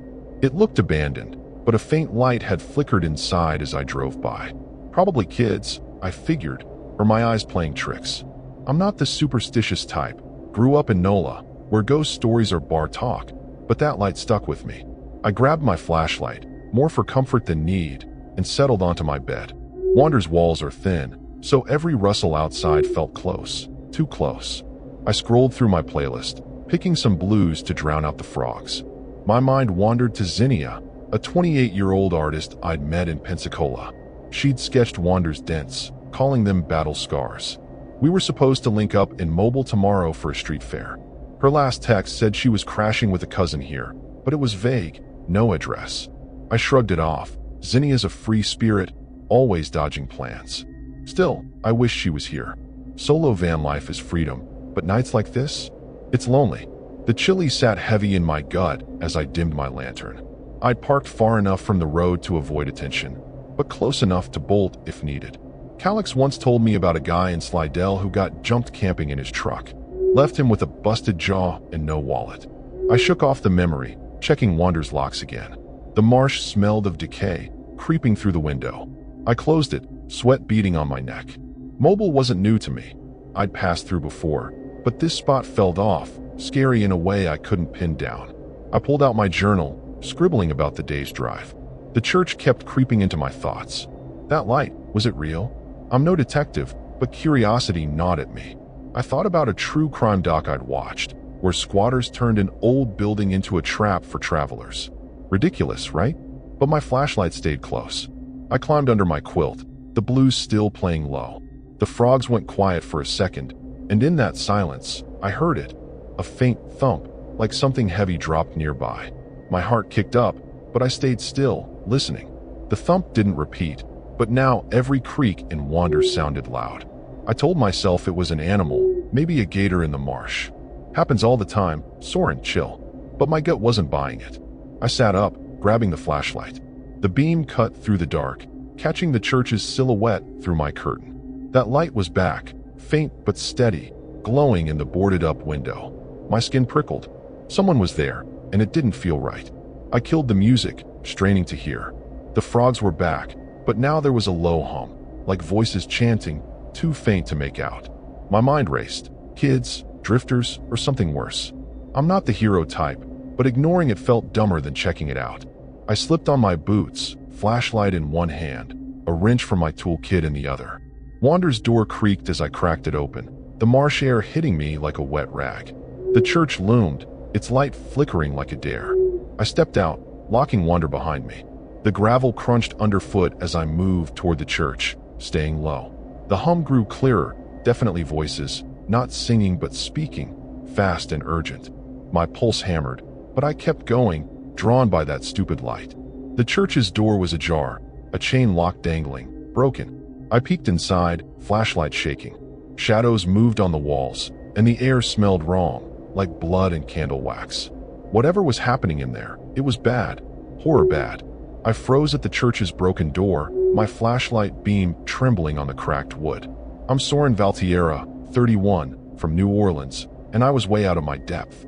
The voices inside, low, rhythmic, almost a chant, sent a chill down my spine. My wrench felt useless, but I wasn't about to stroll into some creepy ritual. I backed off, heart pounding, and hustled back to Wander. The marsh was alive with bugs, their buzz masking my steps. I locked myself in the van, cursing my dumb curiosity. That blood and wax smell stuck in my nose, scary as hell, and I couldn't shake the feeling I'd been seen. I checked my phone. One bar, barely enough. I texted Calix. Weird shit at a church near Mobile. Voices, lights. Sketchy. No reply, but it was late, and he was probably pouring shots at Nola. I thought about Zinnia, wondering if she'd made it to Mobile yet. Her cousin's place wasn't far, she'd said, but no details. I sent her a quick message. You good? Parked by a creepy church. The screen glowed, mocking me with no response. Wander's walls felt thinner than ever, like they couldn't keep out whatever was in that church. The engine started with a cough, and I eased Wander back on a Highway 98. I needed distance, maybe a Walmart lot to crash in, somewhere with lights and people. But the gas gauge was hovering near a quarter tank. Shit, I'd burned more fuel than I thought, and the nearest station was miles away. I remembered a dive bar I'd passed earlier, maybe 10 minutes back. They'd have a phone, maybe even gas cans. Calix always said bars were safer than empty roads at night. Against my better judgment, I turned around, the church fading in my rear view. The bar, called Rusty's, was a squat building with neon beer signs and a gravel lot packed with pickups. I parked Wander near the entrance, wrench tucked in my jacket. Inside, the air was thick with smoke and country music. A dozen locals eyed me, not hostile but not friendly either. I grabbed a stool, ordering a soda from the bartender, a wiry woman named Veda. She had a scar across her knuckles, like she'd punched through glass. I asked if she'd heard about weird stuff at the old church. Her eyes narrowed, and she muttered, "Stay away from that place. Bad news." Veda didn't elaborate, but her tone was enough to make my skin crawl. I pressed, saying I'd seen lights, heard voices. She leaned close, voice low. "Folks go in there, don't always come out. Last month, a trucker vanished. Left his rig running." My stomach dropped. That sounded like a horror story Calix would eat up, but here it was, real and disturbing. I thanked her and stepped outside to call Zinnia again. Voicemail. I left a message. "Zinnia, it's Soren. I'm at Rusty's. Something's off. Call me." Back in Wander, I noticed a pickup parked closer than before, its engine idling. The driver was a shadow, just sitting there. My gut twisted. Nobody parks that close in an empty lot. I started the van, pulling out slow, watching the pickup in my mirror. It followed, keeping distance but definitely tailing me. My heart raced. Was this tied to the church? I thought of a news clip from NOLA, guys running scams on tourists, luring them to quiet spots. This felt worse, like a trap closing. I floored it, Wander's engine groaning as I hit the highway. The pickup kept pace, its headlights like eyes in the dark. I needed a plan, gas, a cop shop, anything. My phone buzzed, and I glanced down. A text from Zinnia. "Don't go to the church." My blood ran cold. How did she know? I called her, but it went straight to voicemail again. The pickup was gaining, and I was running out of road. A sign for a rest area flashed ahead. Maybe I could lose them there, or at least find help. The rest area was dim, just a couple of streetlights and a closed info booth. I pulled in, parking near the bathrooms, hoping the pickup would pass. It didn't. It stopped at the lot's edge, lights off now. I locked Wander's doors, wrench in hand, and crouched low. My phone buzzed again. No text, just a photo. It was Wander, taken from outside, minutes ago. Someone had been right here, watching. My breath hitched, fear turning to panic. The pickup's door opened, and a figure stepped out, holding something long and thin. I started the engine, ready to bolt, but the gas light blinked on. Shit. I had maybe 10 miles left, not enough to outrun this guy. The figure moved closer, slow, like he knew I was trapped. I scanned the lot. Nobody else, no help. Veda's words echoed. Bad news. Whatever was happening, it was tied to that church, and I'd walked right into it. My phone buzzed again, another photo. This time, it was Zinnia's sketchbook, lying in the marsh grass, pages torn. My heart sank. She was in trouble, and so was I. The figure from the pickup loomed closer in the rest area's dim light, clutching what looked like a crowbar. I'm Soren Valtierra, 31, from New Orleans, and my heart was slamming so hard I thought it'd burst. Wander's gas light glowed red, mocking me. The photo of Zinnia's sketchbook, torn and abandoned, burned in my mind. She was in trouble, and this guy, whoever he was, knew it. I gripped my wrench, crouched below Wander's window, praying he hadn't seen me. His boots crunched on gravel, slow and deliberate, like he was savoring the hunt. This wasn't random. It was horror, pure and terrifying. I peeked through the curtain's edge. He was tall, wiry, wearing a flannel jacket stained with something dark. His face was shadowed, but his eyes glinted, locked on Wander. My phone buzzed again. Another photo, this time of me, taken through Wander's skylight earlier tonight. My stomach churned. Someone had been on my roof, watching while I ate my damn chili. I silenced the phone, hands shaking. The guy stopped a few feet away, tapping the crowbar against his palm. He whistled, low and tuneless, like a signal. My mind raced. Veda's warning about the church, the trucker who vanished, it was all connected. This guy wasn't alone. The photos proved it.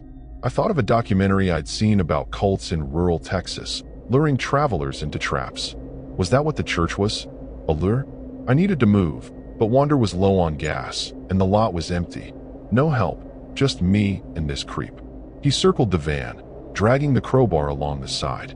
The screech was like nails on a chalkboard, disturbingly deliberate. He wanted me scared.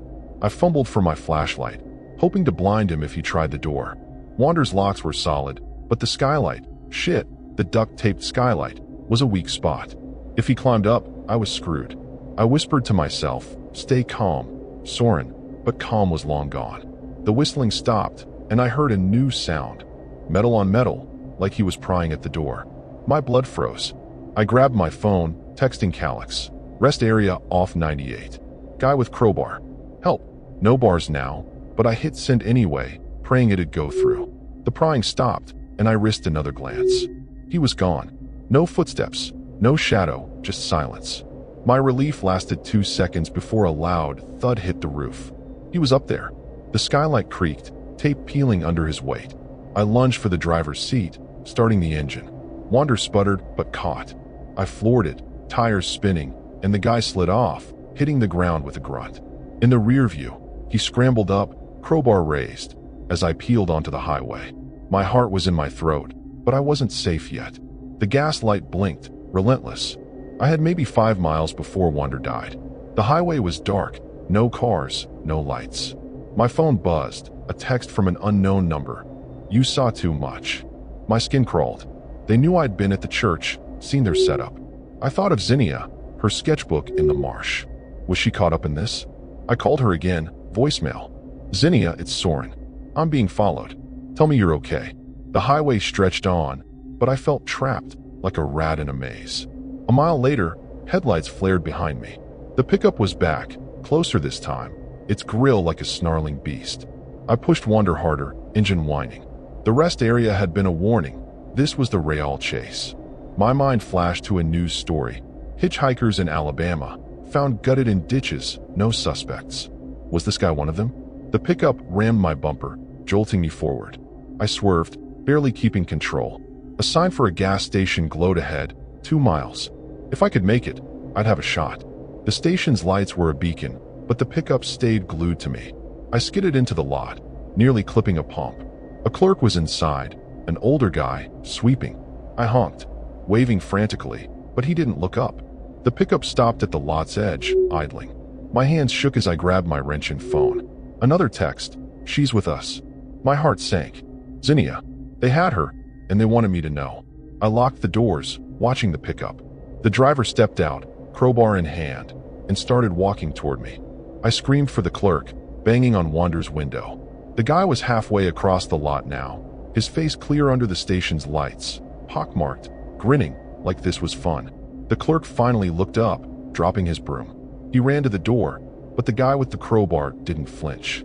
He tapped the crowbar against Wander's hood, slow and taunting. My phone buzzed again. A photo of Zinnia, gagged, in the church, her eyes wide with fear. The caption, "Come back, or she's next." The horror was real now, and I was out of time. The crowbar guy's grin burned into me as he tapped Wander's hood, inches from the gas station's pump. I'm Soren Valtierra, 31, from New Orleans, and I was trapped in a nightmare. The clerk fumbled with the door, shouting something I couldn't hear over my pulse. Zinnia's photo, gagged, terrified in that church, flashed in my mind. I gripped my wrench, ready to swing if he got closer. Wander's engine was still running, but the gas light screamed I wouldn't get far. The guy raised the crowbar, aiming for my windshield. I slammed the horn, startling him, and floored it, tires screeching as I swerved toward the highway. This was horror, and I was running for my life. The pickup roared after me, its headlights blinding in my rear view. Wander shuddered, low on fuel, as I pushed her past 70. The highway was a black tunnel, no cars, no help. My phone buzzed, another text, "You can't save her." My stomach twisted. Zinnia was with them, and they were toying with me. I thought of a true crime case. Travelers hunted on rural roads, their cars found empty. Was this their game? The pickup rammed my bumper hard. Wander fishtailed, but I held the wheel, cursing. A sign for I-10 was a mile ahead. If I could reach it, I might find traffic, maybe cops. My gas gauge dipped to empty, and Wander started sputtering. Shit, I wasn't gonna make it. The pickup rammed me again, metal crunching. I swerved onto a side road, narrow and lined with pines, hoping to lose them. Bad call.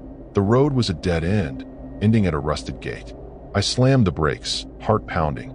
The pickup blocked the exit, its driver stepping out, crowbar glinting.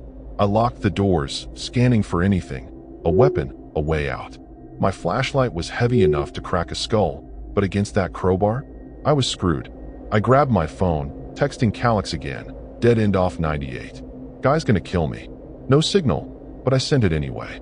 The guy approached, slow, like he knew I was done. He smashed the crowbar against Wander's side, the clang echoing. I yelled, "Leave me alone," but my voice cracked.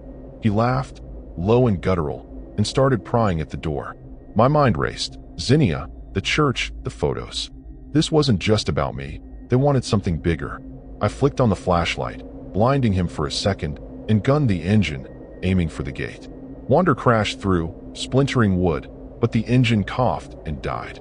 I coasted into a clearing, surrounded by marsh. The pickup's headlights followed, relentless. I jumped out, wrench in hand, and ran for the trees. My boots sank in mud, slowing me down. The guy's footsteps splashed behind, his crowbar scraping branches. My lungs burned, but fear kept me moving. I thought of Calix, joking about horror flicks. This was worse, real, scary, and closing in. I ducked behind a cypress, praying he'd pass. He didn't. His flashlight swept the marsh, catching my jacket. "Found you," he growled, voice like gravel. I bolted, tripping over roots, my wrench slipping into the mud. I kept running, heart in my throat, as he gained. A shack loomed ahead, half collapsed, maybe a hunter's hideout. I dove inside, crouching behind rotted planks. His boots stopped outside, and I held my breath. My phone buzzed. A photo of Zinnia, blood on her face, with the text, "Last chance." My gut screamed to save her, but I was out of moves. The guy kicked the shack's door, with splintering. I grabbed a rusty nail from the floor, a pathetic weapon. He stepped in, crowbar raised, his grin wider now. I lunged, jamming the nail into his arm. He roared, dropping the flashlight but not the crowbar. I scrambled past, running back toward Wander. The pickup was still there, keys in the ignition. Stupid move, but I had no choice. I climbed in, starting it just as he burst from the shack, blood dripping. I floored it, tires spinning in mud, and tore back to the highway. The pickup handled like a tank, but it had gas. I sped toward Mobile's lights, checking my mirrors. No headlights followed, but I wasn't safe. Zinnia was still out there, and they knew I'd escaped. My phone had one bar now, and I called 911, babbling about the church, the guy Zinnia. The operator said units were on the way, but I didn't trust it. I pulled into a brightly lit truck stop, parking near a crowd of rigs. My hands shook as I checked the pickup's cab. A knife, stained red, sat on the passenger seat. My blood ran cold. I hid the knife under my jacket, stepping out to blend with the truckers. My phone buzzed again. No text, just a video. Zinnia, tied up in the church, sobbing as a shadowed figure sharpened a blade. The caption, "Come, or she dies." My knees buckled. The cops were too slow, and Zinnia was running out of time. I wanted to run, to hide, but she'd sketched Wander's dents, laughed at my bad cooking. I couldn't abandon her. The truck stop's noise faded as I made a choice, one I knew was bad. Disturbingly, fatally bad. I stood in the truck stop's glow, the stolen pickup idling behind me. I'm Soren Valtierra, 31, from New Orleans, and I'd just made the worst call of my life. The video of Zinnia, bound and crying, looped in my head. I'm no hero, but leaving her to die wasn't an option. I texted Calix one last time. Going back for Zinnia. Church off 98. If I don't make it, tell my story. No reply, but it didn't matter.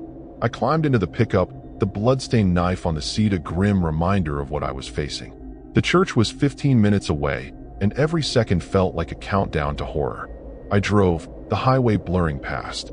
My mind replayed Veda's warning. Folks don't come out.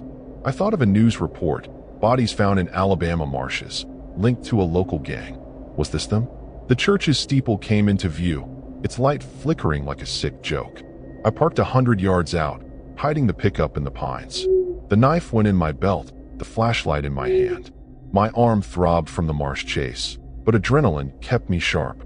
The marsh was quiet, too quiet, like it knew what was coming. The church door hung open, the blood and wax smell stronger now. I crept inside, flashlight low. Shadows danced on the walls, cast by candles on a makeshift altar. Zinnia was in the center, tied to a chair, her face bruised. She saw me, eyes wide, shaking her head. "Soren, no," she whispered. Too late.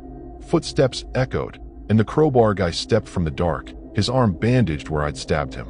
Behind him, two others, hardened, tattooed, holding ropes and blades. This wasn't a cult. It was a crew, and I'd walked into their trap. I raised the knife, but the crowbar guy laughed. "You're late," he said, nodding to Zinnia. One of the others, a woman with a shaved head, grabbed Zinnia's hair, pressing a blade to her throat. I froze, my plan crumbling. "Drop it," the guy barked. I did, the knife clattering. They tied my wrists, rough rope biting my skin. Zinnia sobbed, muttering, "I'm sorry." She'd been bait, lured here by a fake text from her cousin. My stomach sank. We were both pawns in something sick, disturbingly planned. The crowbar guy explained, his voice calm, like he was discussing the weather. They targeted vanlifers, drifters, anyone off the grid. Stole their rigs, their lives, left no trace. The church was their base, the marsh their dump. I thought of Calix, joking about horror flicks. This was worse, real, gruesome, final. I struggled against the ropes, but the woman tightened them, her blade nicking my neck. Blood trickled, warm and sticky. Zinnia's eyes met mine, pleading, but I had nothing left. They dragged us to the altar, candles flickering. The guy raised his crowbar, testing its weight. I screamed at Zinnia to run, but she was tied too tight. My mind flashed to Wander, my home, now a ghost in the pines. I'd made a deadly mistake, coming back. The woman laughed, slicing Zinnia's arm, slow, like she enjoyed it. Zinnia's scream cut through me. I lunged, head-butting the woman, but the crowbar cracked my skull. Pain exploded, my vision swimming. I fell, blood pooling under me. Zinnia's screams stopped as the blade found her throat. I tried to crawl to her, but my body wouldn't move. The crowbar guy knelt, whispering, driven by primal urges, not money or power, just the thrill of the kill. The other two watched, eyes gleaming. My flashlight rolled across the floor, catching Zinnia's lifeless face. Tragedy wasn't just her death, it was mine, sealed by my choice to play hero. The crowbar rose again, and I thought of Calix, finding my text too late. Sirens wailed outside, faint but real. The crew froze, cursing. Someone had tipped the cops, maybe the truck stop clerk. The woman bolted, but the crowbar guy stayed, swinging down. The blow landed, shattering my ribs. I gasped, blood in my mouth, as tires screeched outside. Cops shouted, but the guy didn't run. He swung again, and my world went black. Wander would be found, my journal with it, but the marsh would keep its secrets. Zinnia and I were just names now, lost to a horror that never should have been. The crew scattered, but the crowbar guy's laugh lingered in my fading mind. Vanlife was freedom, but freedom's a trap when you park in the wrong place. My last breath carried Zinnia's name, a plea for forgiveness I'd never get. The church's candles burned on. Witnesses to a slaughter nobody would fully unravel. The cops might catch one, but the marsh would hide the rest. Our story ended in blood, a warning scratched in the dirt. Don't stop here, don't trust the light.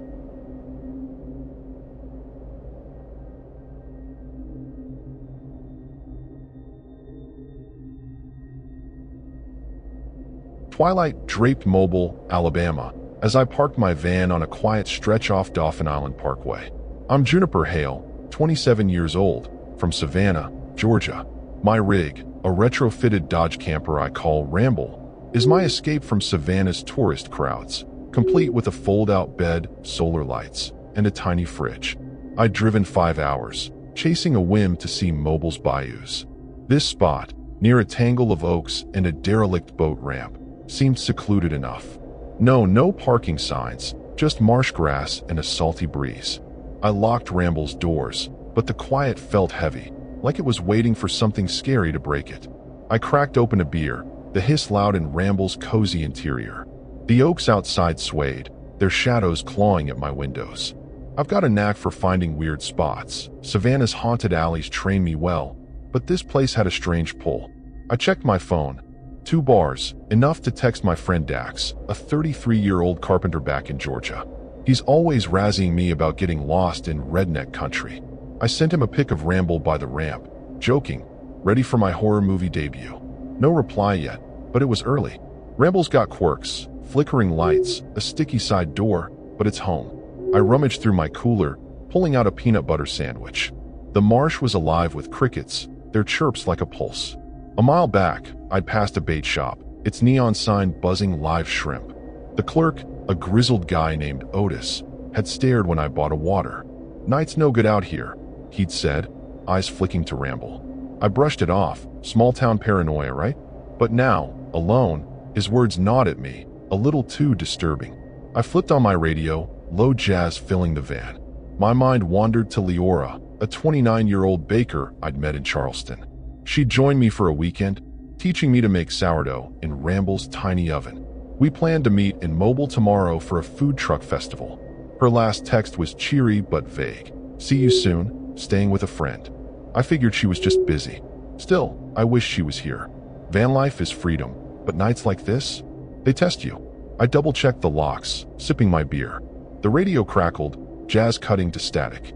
I smacked it, but the static stayed, laced with a faint voice, muffled, like someone talking underwater. My skin prickled. Probably a bad signal, but it sounded wrong, horror movie wrong. I turned it off, grabbing my flashlight. Ramble's windows were fogging up, the marsh's humidity creeping in. I wiped one clear, peering out. The boat ramp was empty, but something glinted in the grass. A metal can, maybe litter. Or maybe not. My gut twisted. I pulled my curtains tight, trying to shake the unease. Savannah's ghost tours had me jumping at shadows before, but this was different. I thought about Otis, his warning. Was he just messing with me, or did he know something? I grabbed my journal, sketching the ramp to calm my nerves. Halfway through, a thud hit Ramble's side, sharp and heavy. I froze, beer spilling on my hand. It wasn't a branch, too deliberate. My flashlight beam shook as I aimed it at the window, but the curtains blocked my view. Nothing else came, just the crickets droning on. I told myself it was an animal, maybe a raccoon knocking over trash. But my heart wouldn't slow. I climbed into the driver's seat, keys in hand, ready to bolt if needed. Ramble's engine is trusty, but starting it now felt like admitting defeat. I waited, listening. The static voice from the radio echoed in my head, though the damn thing was off. I thought of Dax, his dumb jokes about slashers. If he was here, he'd be laughing. Me? I wasn't. I slid back to my bed, flashlight still on. The marsh felt alive, watching. I checked my phone. No reply from Dax, but a new text from Leora. Be careful tonight. My stomach dropped. She hadn't mentioned my location, so why the warning? I texted back, you okay? What's up? No answer. The thud didn't repeat, but now every creak in Ramble sounded like trouble. I tucked my pocket knife under my pillow, a habit from Savannah's rougher nights. Sleep wasn't happening. The air grew thicker, like the marsh was breathing into Ramble. I cracked a vent, but it didn't help. My flashlight caught something outside, a shadow, quick and human-shaped, darting past the ramp. My breath hitched. I yanked the curtains closed, heart hammering. It could have been a local, a fisherman, but at this hour? In this nowhere spot? No way. The shadow didn't come back, but I felt it, like eyes boring through Ramble's walls. Something was out there, and it was bad, disturbingly bad. Morning light barely cut through the marsh fog as I sat in Ramble's driver's seat, my pocket knife still clutched tight. I'm Juniper Hale, 27, from Savannah, and I hadn't slept a wink after that shadow darted past last night. Leora's text, be careful tonight, sat heavy, unanswered. My phone had one bar, and I texted Dax again. Creepy night by Mobile Bayou. Shadows, weird vibes.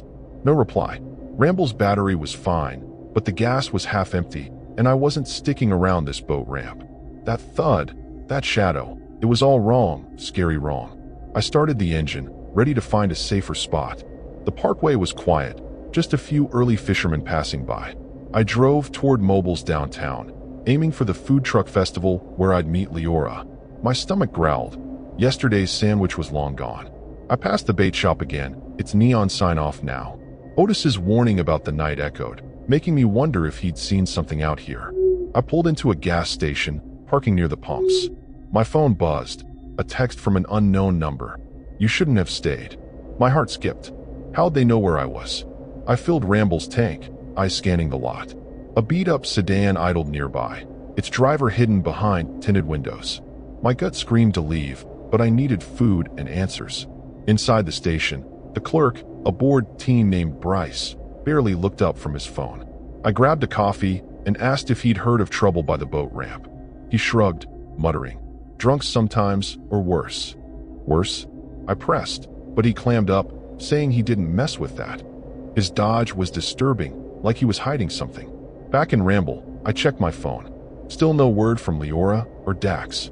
The sedan was gone, but now a guy leaned against a payphone, staring at me. He was scrawny, in a dirty tank top, with a tattoo snaking up his neck. I locked the doors, my knife in my lap. He didn't move, just kept staring, like he was sizing up Ramble. I thought of a Savannah news story, carjackers targeting lone women, leaving their stuff trashed. Was this guy one of them? I started the engine, pulling out slow, but he stepped into the lot, blocking my path. I honked, leaning out the window. Move it. He grinned, showing yellow teeth, and tossed something, a rock, hitting Ramble's side. The thud was like last night's, sharp and deliberate. My blood ran cold. I swerved around him, heart racing, and hit the road. In the rear view, he just stood there, watching. My phone buzzed again, another unknown text. We see you. My hands shook. This wasn't random. Someone was tracking me, and it was horror-level bad. I drove toward downtown, needing people, safety. The festival was near the waterfront, but I was rattled. I called Leora, got voicemail. Leora, it's Juniper. Some creep's following me, and I'm getting weird texts. Where are you? No answer. Dax used to joke about my bad luck magnet, but this wasn't funny. I passed a police station, tempted to stop, but what would I say? A rock and some texts? They'd laugh me off. Still, I noted the station's location, just in case. The festival lot was packed with food trucks and tents, a relief after the empty parkway. I parked Ramble near a taco stand, blending with the crowd. My phone had 2 bars now, but the texts kept coming. Don't tell anyone. My skin crawled. I scanned the crowd for Leora's red braid, hoping she'd show. A guy bumped into me, muttering sorry, but his hand lingered on my arm too long. He had the same neck tattoo as the rock thrower. My stomach dropped. They were here, watching, and I was in deep. I ducked into a coffee truck's line, pretending to browse the menu. The tattooed guy was gone, but I felt eyes on me. I texted Dax, at Mobile Festival, being followed. Help. No reply, but I couldn't wait. I needed to find Leora or get out of Mobile. Otis's warning, Bryce's dodge, the texts, it was all connected, and it was scary as hell. I bought a coffee, hands shaking, and headed back to Ramble. A note was tucked under the wiper. Leave now, or she pays. My heart stopped. She? Leora? I climbed into Ramble, locking everything. The note's handwriting was jagged, like it was scratched in a hurry. I stuffed it in my pocket, mind racing. Leora was in trouble, and these creeps thought I'd run. I wasn't leaving her. The festival's noise felt like a trap now, hiding whatever was coming. I started the engine, planning to circle the lot for Leora. But as I pulled out, I saw him, the tattooed guy, leaning on a food truck, holding Leora's scarf, the one she'd worn in Charleston. He waved it, grinning, and my world tilted into terror. The tattooed guy waved Leora's scarf like a flag, his grin slicing through the festival's chatter. I'm Juniper Hale, 27, from Savannah, and my blood ran cold. Ramble's engine idled as I gripped my pocket knife, the note, leave now, or she pays, burning in my pocket. The crowd swirled, oblivious, but I felt trapped, like a fish in a net. He slipped into the throng, scarf dangling, daring me to follow. Leora was in danger, and this creep was part of it. My phone buzzed, another text from the unknown number. Follow, or she's gone. This was horror, real and closing in fast. I eased Ramble forward, scanning for the tattooed guy. The festival's lights cast long shadows, making every face a threat. My mind flashed to a Savannah crime report. Tourists robbed by gangs, lured to isolated spots. Was this a setup? I called Leora again, voicemail. Leora, I'm at the festival. They've got your scarf. Tell me you're okay. No reply. Dax hadn't answered either, and I was alone, heart hammering. The tattooed guy reappeared near a beer tent, watching me. He pointed to an alley behind the lot, then vanished. I parked Ramble, knife in my jacket. Following was stupid, horror movie stupid, but Leora was my friend. I thought of Otis's warning about the night, Bryce's vague, or worse. They knew something. I stepped out, locking Ramble, and crept toward the alley. The festival's noise faded, replaced by a sour stench, trash, and something sharper, like blood. My flashlight beam shook as I entered the alley, walls tagged with graffiti. A dumpster loomed, and beside it, Leora's scarf, tied to a pipe. My stomach dropped. This was a trap. I grabbed the scarf, its fabric soft but stained with something dark. Footsteps scuffed behind me. I spun, flashlight catching the tattooed guy, now with a switchblade, his grin wider. You're early, he said, voice low. I backed up, knife in hand, but he blocked the alley's mouth. My pulse roared. Where's Leora? I demanded. He laughed, stepping closer. Close.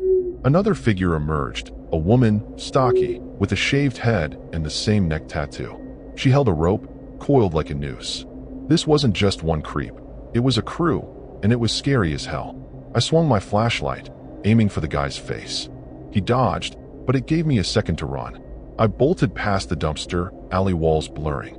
The woman shouted, her rope snapping like a whip. My boots slipped on wet pavement, but I kept going, bursting back into the festival lot.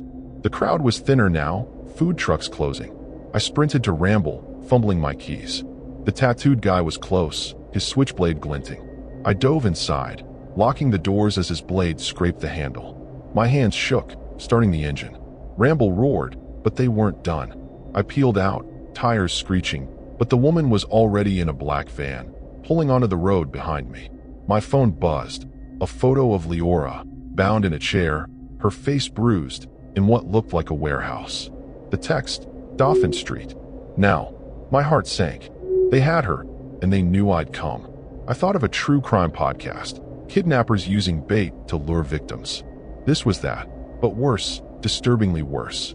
I floored it, heading for Dauphin Street, but the black van stayed glued to my tail, its headlights like a predator's eyes. The festival lot shrank in my rear view, but the black van rammed Ramble's bumper, jolting me. I swerved, nearly clipping a parked car. My phone buzzed again. Another photo, Leora's hand, a finger missing. I gagged, tears blurring my vision. They were hurting her, and I was next. I passed the police station I'd seen earlier, but stopping felt risky. They'd kill her if I brought cops. My knife was useless against a crew. Ramble's gas was fine, but my nerves were shot. The van rammed me again, harder, and I knew I couldn't outrun them. Dauphin Street's warehouses loomed, rusted and dark. I slowed, scanning for the address from the text. The black van pulled alongside, the woman leering from the driver's seat. She pointed to a building with a faded storage sign. My gut screamed to flee, but Leora's photo kept me anchored. I parked Ramble, knife in hand, and stepped out. The tattooed guy was already there, waiting, his switchblade tapping his thigh. "Inside," he said, nodding to the warehouse.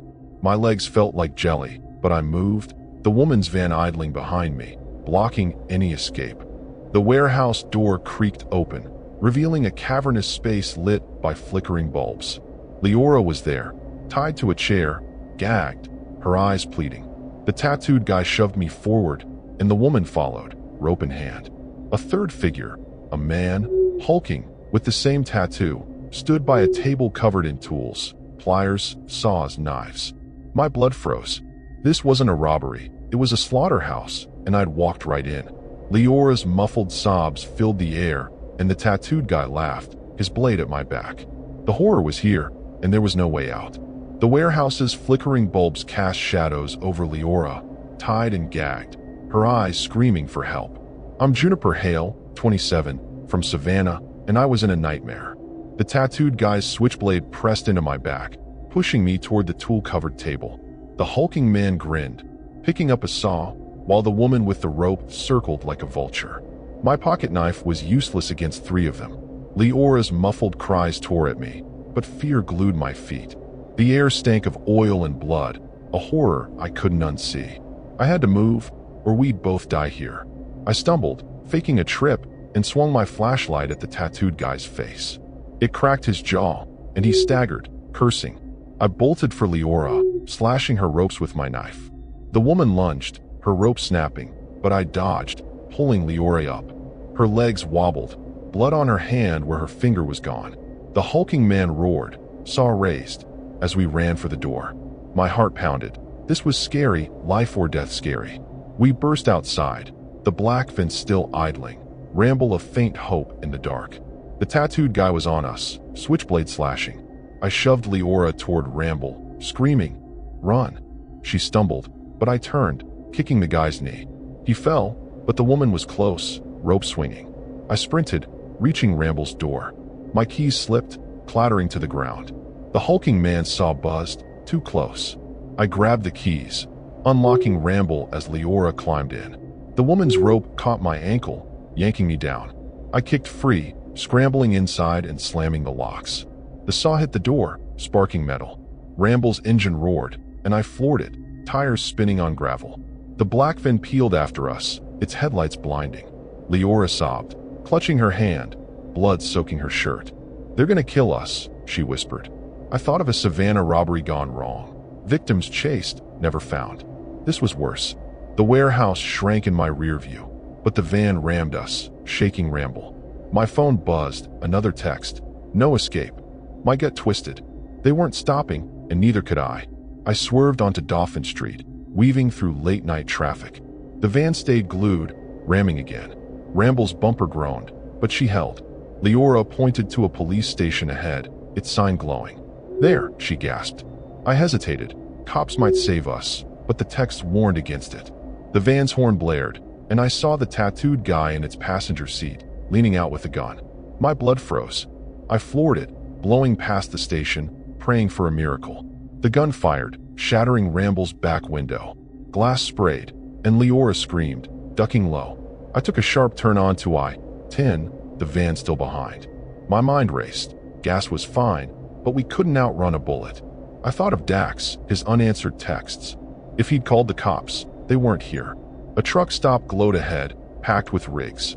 I pulled in, weaving between trailers, hoping to lose the van. The tattooed guy fired again, missing. Truckers stared, some shouting, but no one moved to help. I parked behind a semi, killing the engine, and told Leora to stay low. The black van circled the lot, slow, hunting. My phone buzzed, a photo of Ramble, taken seconds ago. They were close, too close. Leora's breathing was ragged, her hand a mess. I grabbed a rag, wrapping it tight, but she was fading. "Stay with me," I whispered, my own fear choking me. The van stopped, its doors opening. The tattooed guy and the woman stepped out, gun and rope in hand. My knife was all I had, pathetic against them. A trucker banged on Ramble's door, yelling, "You okay?" I waved him off, scared he'd draw their fire. I started Ramble, creeping toward the lot's exit. The van cut me off, forcing me to stop. The tattooed guy approached, gun raised, his grin back. The woman flanked us, rope ready. Leora whimpered, and I gripped the knife, ready to fight. A truck's horn blared, startling them, and I floored it, clipping the woman. She fell, screaming, as I sped onto I-10. The van followed, but slower now. My heart pounded. I'd bought us time, but not much. Leora's blood stained the seat, and the horror wasn't over. The highway stretched dark, the van's headlights fading but not gone. My phone buzzed again, no text, just a video. Leora, in the warehouse, begging as the hulking man raised his saw. The caption, "You're next." My hands shook. They'd recorded her torture, and now they were promising mine. I glanced at Leora, pale and silent. The truck stop was behind us, but safety was a lie. I needed a hospital, cops, anything. But the van was still there, and I knew they'd never stop. This was a chase to the death, disturbingly clear. I gripped Ramble's wheel. I-10 blurring as Leora slumped beside me, her breathing shallow.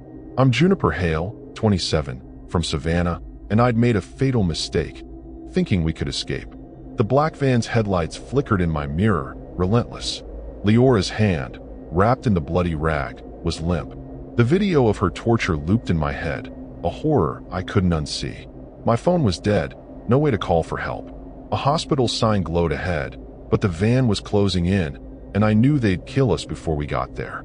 My knife lay useless on the dash, a cruel joke against their gun. I took an exit, aiming for the hospital, but the van rammed us hard, spinning Ramble into a ditch. My head slammed the wheel, vision swimming. Leora moaned, barely conscious. The van stopped, and the tattooed guy stepped out, gun raised. The woman limped behind, rope in hand, her leg bloody from my hit. I locked the doors, but the hulking man appeared, saw buzzing. My heart stopped. They weren't just killers, they were hunters, thriving on this gruesome chase. I screamed for Leora to move, but she couldn't. The tattooed guy shot Ramble's lock, yanking the door open. I swung my knife, catching his arm, but he pistol whipped me, pain exploding. The woman grabbed Leora, dragging her out. I lunged, tackling her, but the hulking man's saw grazed my shoulder, blood spraying. Leora screamed, weak, as the woman tied her wrists. I thought of a Savannah murder, tourists gutted, left in alleys. This was our fate, and I'd led us here, thinking I could save her. The tattooed guy laughed, aiming his gun at my head. I kicked his shin, scrambling back into Ramble. The keys were still in the ignition. I started it, engine coughing, and floored it out of the ditch. The hulking man swung his saw, shattering a window. Leora was still with them, tied and helpless. I swerved, aiming for the woman, but she dodged, and the tattooed guy fired, hitting my tire. Ramble lurched, but I kept going, tears streaming. I'd left Leora, my worst mistake, a tragedy unfolding. The hospital was close, but I was alone, bleeding, and they had her. The van chased, gaining fast. I hit the hospital lot, skidding to a stop near the ER doors. Nurses ran out, shouting, but the van pulled up, blocking me. The tattooed guy stepped out, gun hidden, acting calm. "She's hurt," he lied, pointing to me. I screamed, "They've got my friend," but my voice was weak, blood loss taking over. The hulking man stayed in the van, Leora hidden inside. The woman approached, rope tucked away, her limp worse. My vision blurred, but I pointed my knife, swaying. A security guard ran over, hand on his holster. The tattooed guy backed off, smirking, and the van peeled out, taking Leora. I collapsed, nurses catching me. "They've got her," I gasped, but the guard was on his radio, calling for cops. My shoulder burned, blood soaking my shirt. I thought of Dax, his unanswered texts. He'd never know how bad this got. Ramble sat, battered, a witness to my failure. I'd escaped, but at what cost? Leora was gone, and I'd led her to this horror. Medics worked on me, but my mind was with Leora, trapped with those monsters. The cops arrived, asking questions, but I could barely speak. The tattooed guy's smirk haunted me. He knew they'd get away. I saw a news clip once, traffickers snatching drifters, vanishing into the South's backroads. Was that Leora's fate? My choice to follow, to fight, had doomed her. Ramble's dents, her cozy lights, felt like a lie now. Vanlife was freedom, but it led me to a slaughter. I faded in the ER, monitors beeping. My last clear thought was Leora's scarf, stained and lost. The cops might find the van, but not in time. The tattooed guy, the woman, the hulking man, they were ghosts, their tattoos a mark of death. My journal, in Ramble, held my story, but it wouldn't save Leora. The horror wasn't just their blades. It was my failure, sealed in a ditch where I left her. Savannah's ghosts were kinder than this truth. The world dimmed, medics shouting. I'd survived, but survival wasn't victory. Leora's scream, the saw's buzz, the gun's crack, they'd haunt me forever. Mobile's bayous swallowed our hope, and the road took everything else.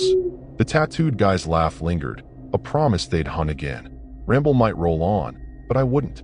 This was my tragedy, written in blood, a warning to never park where the shadows move.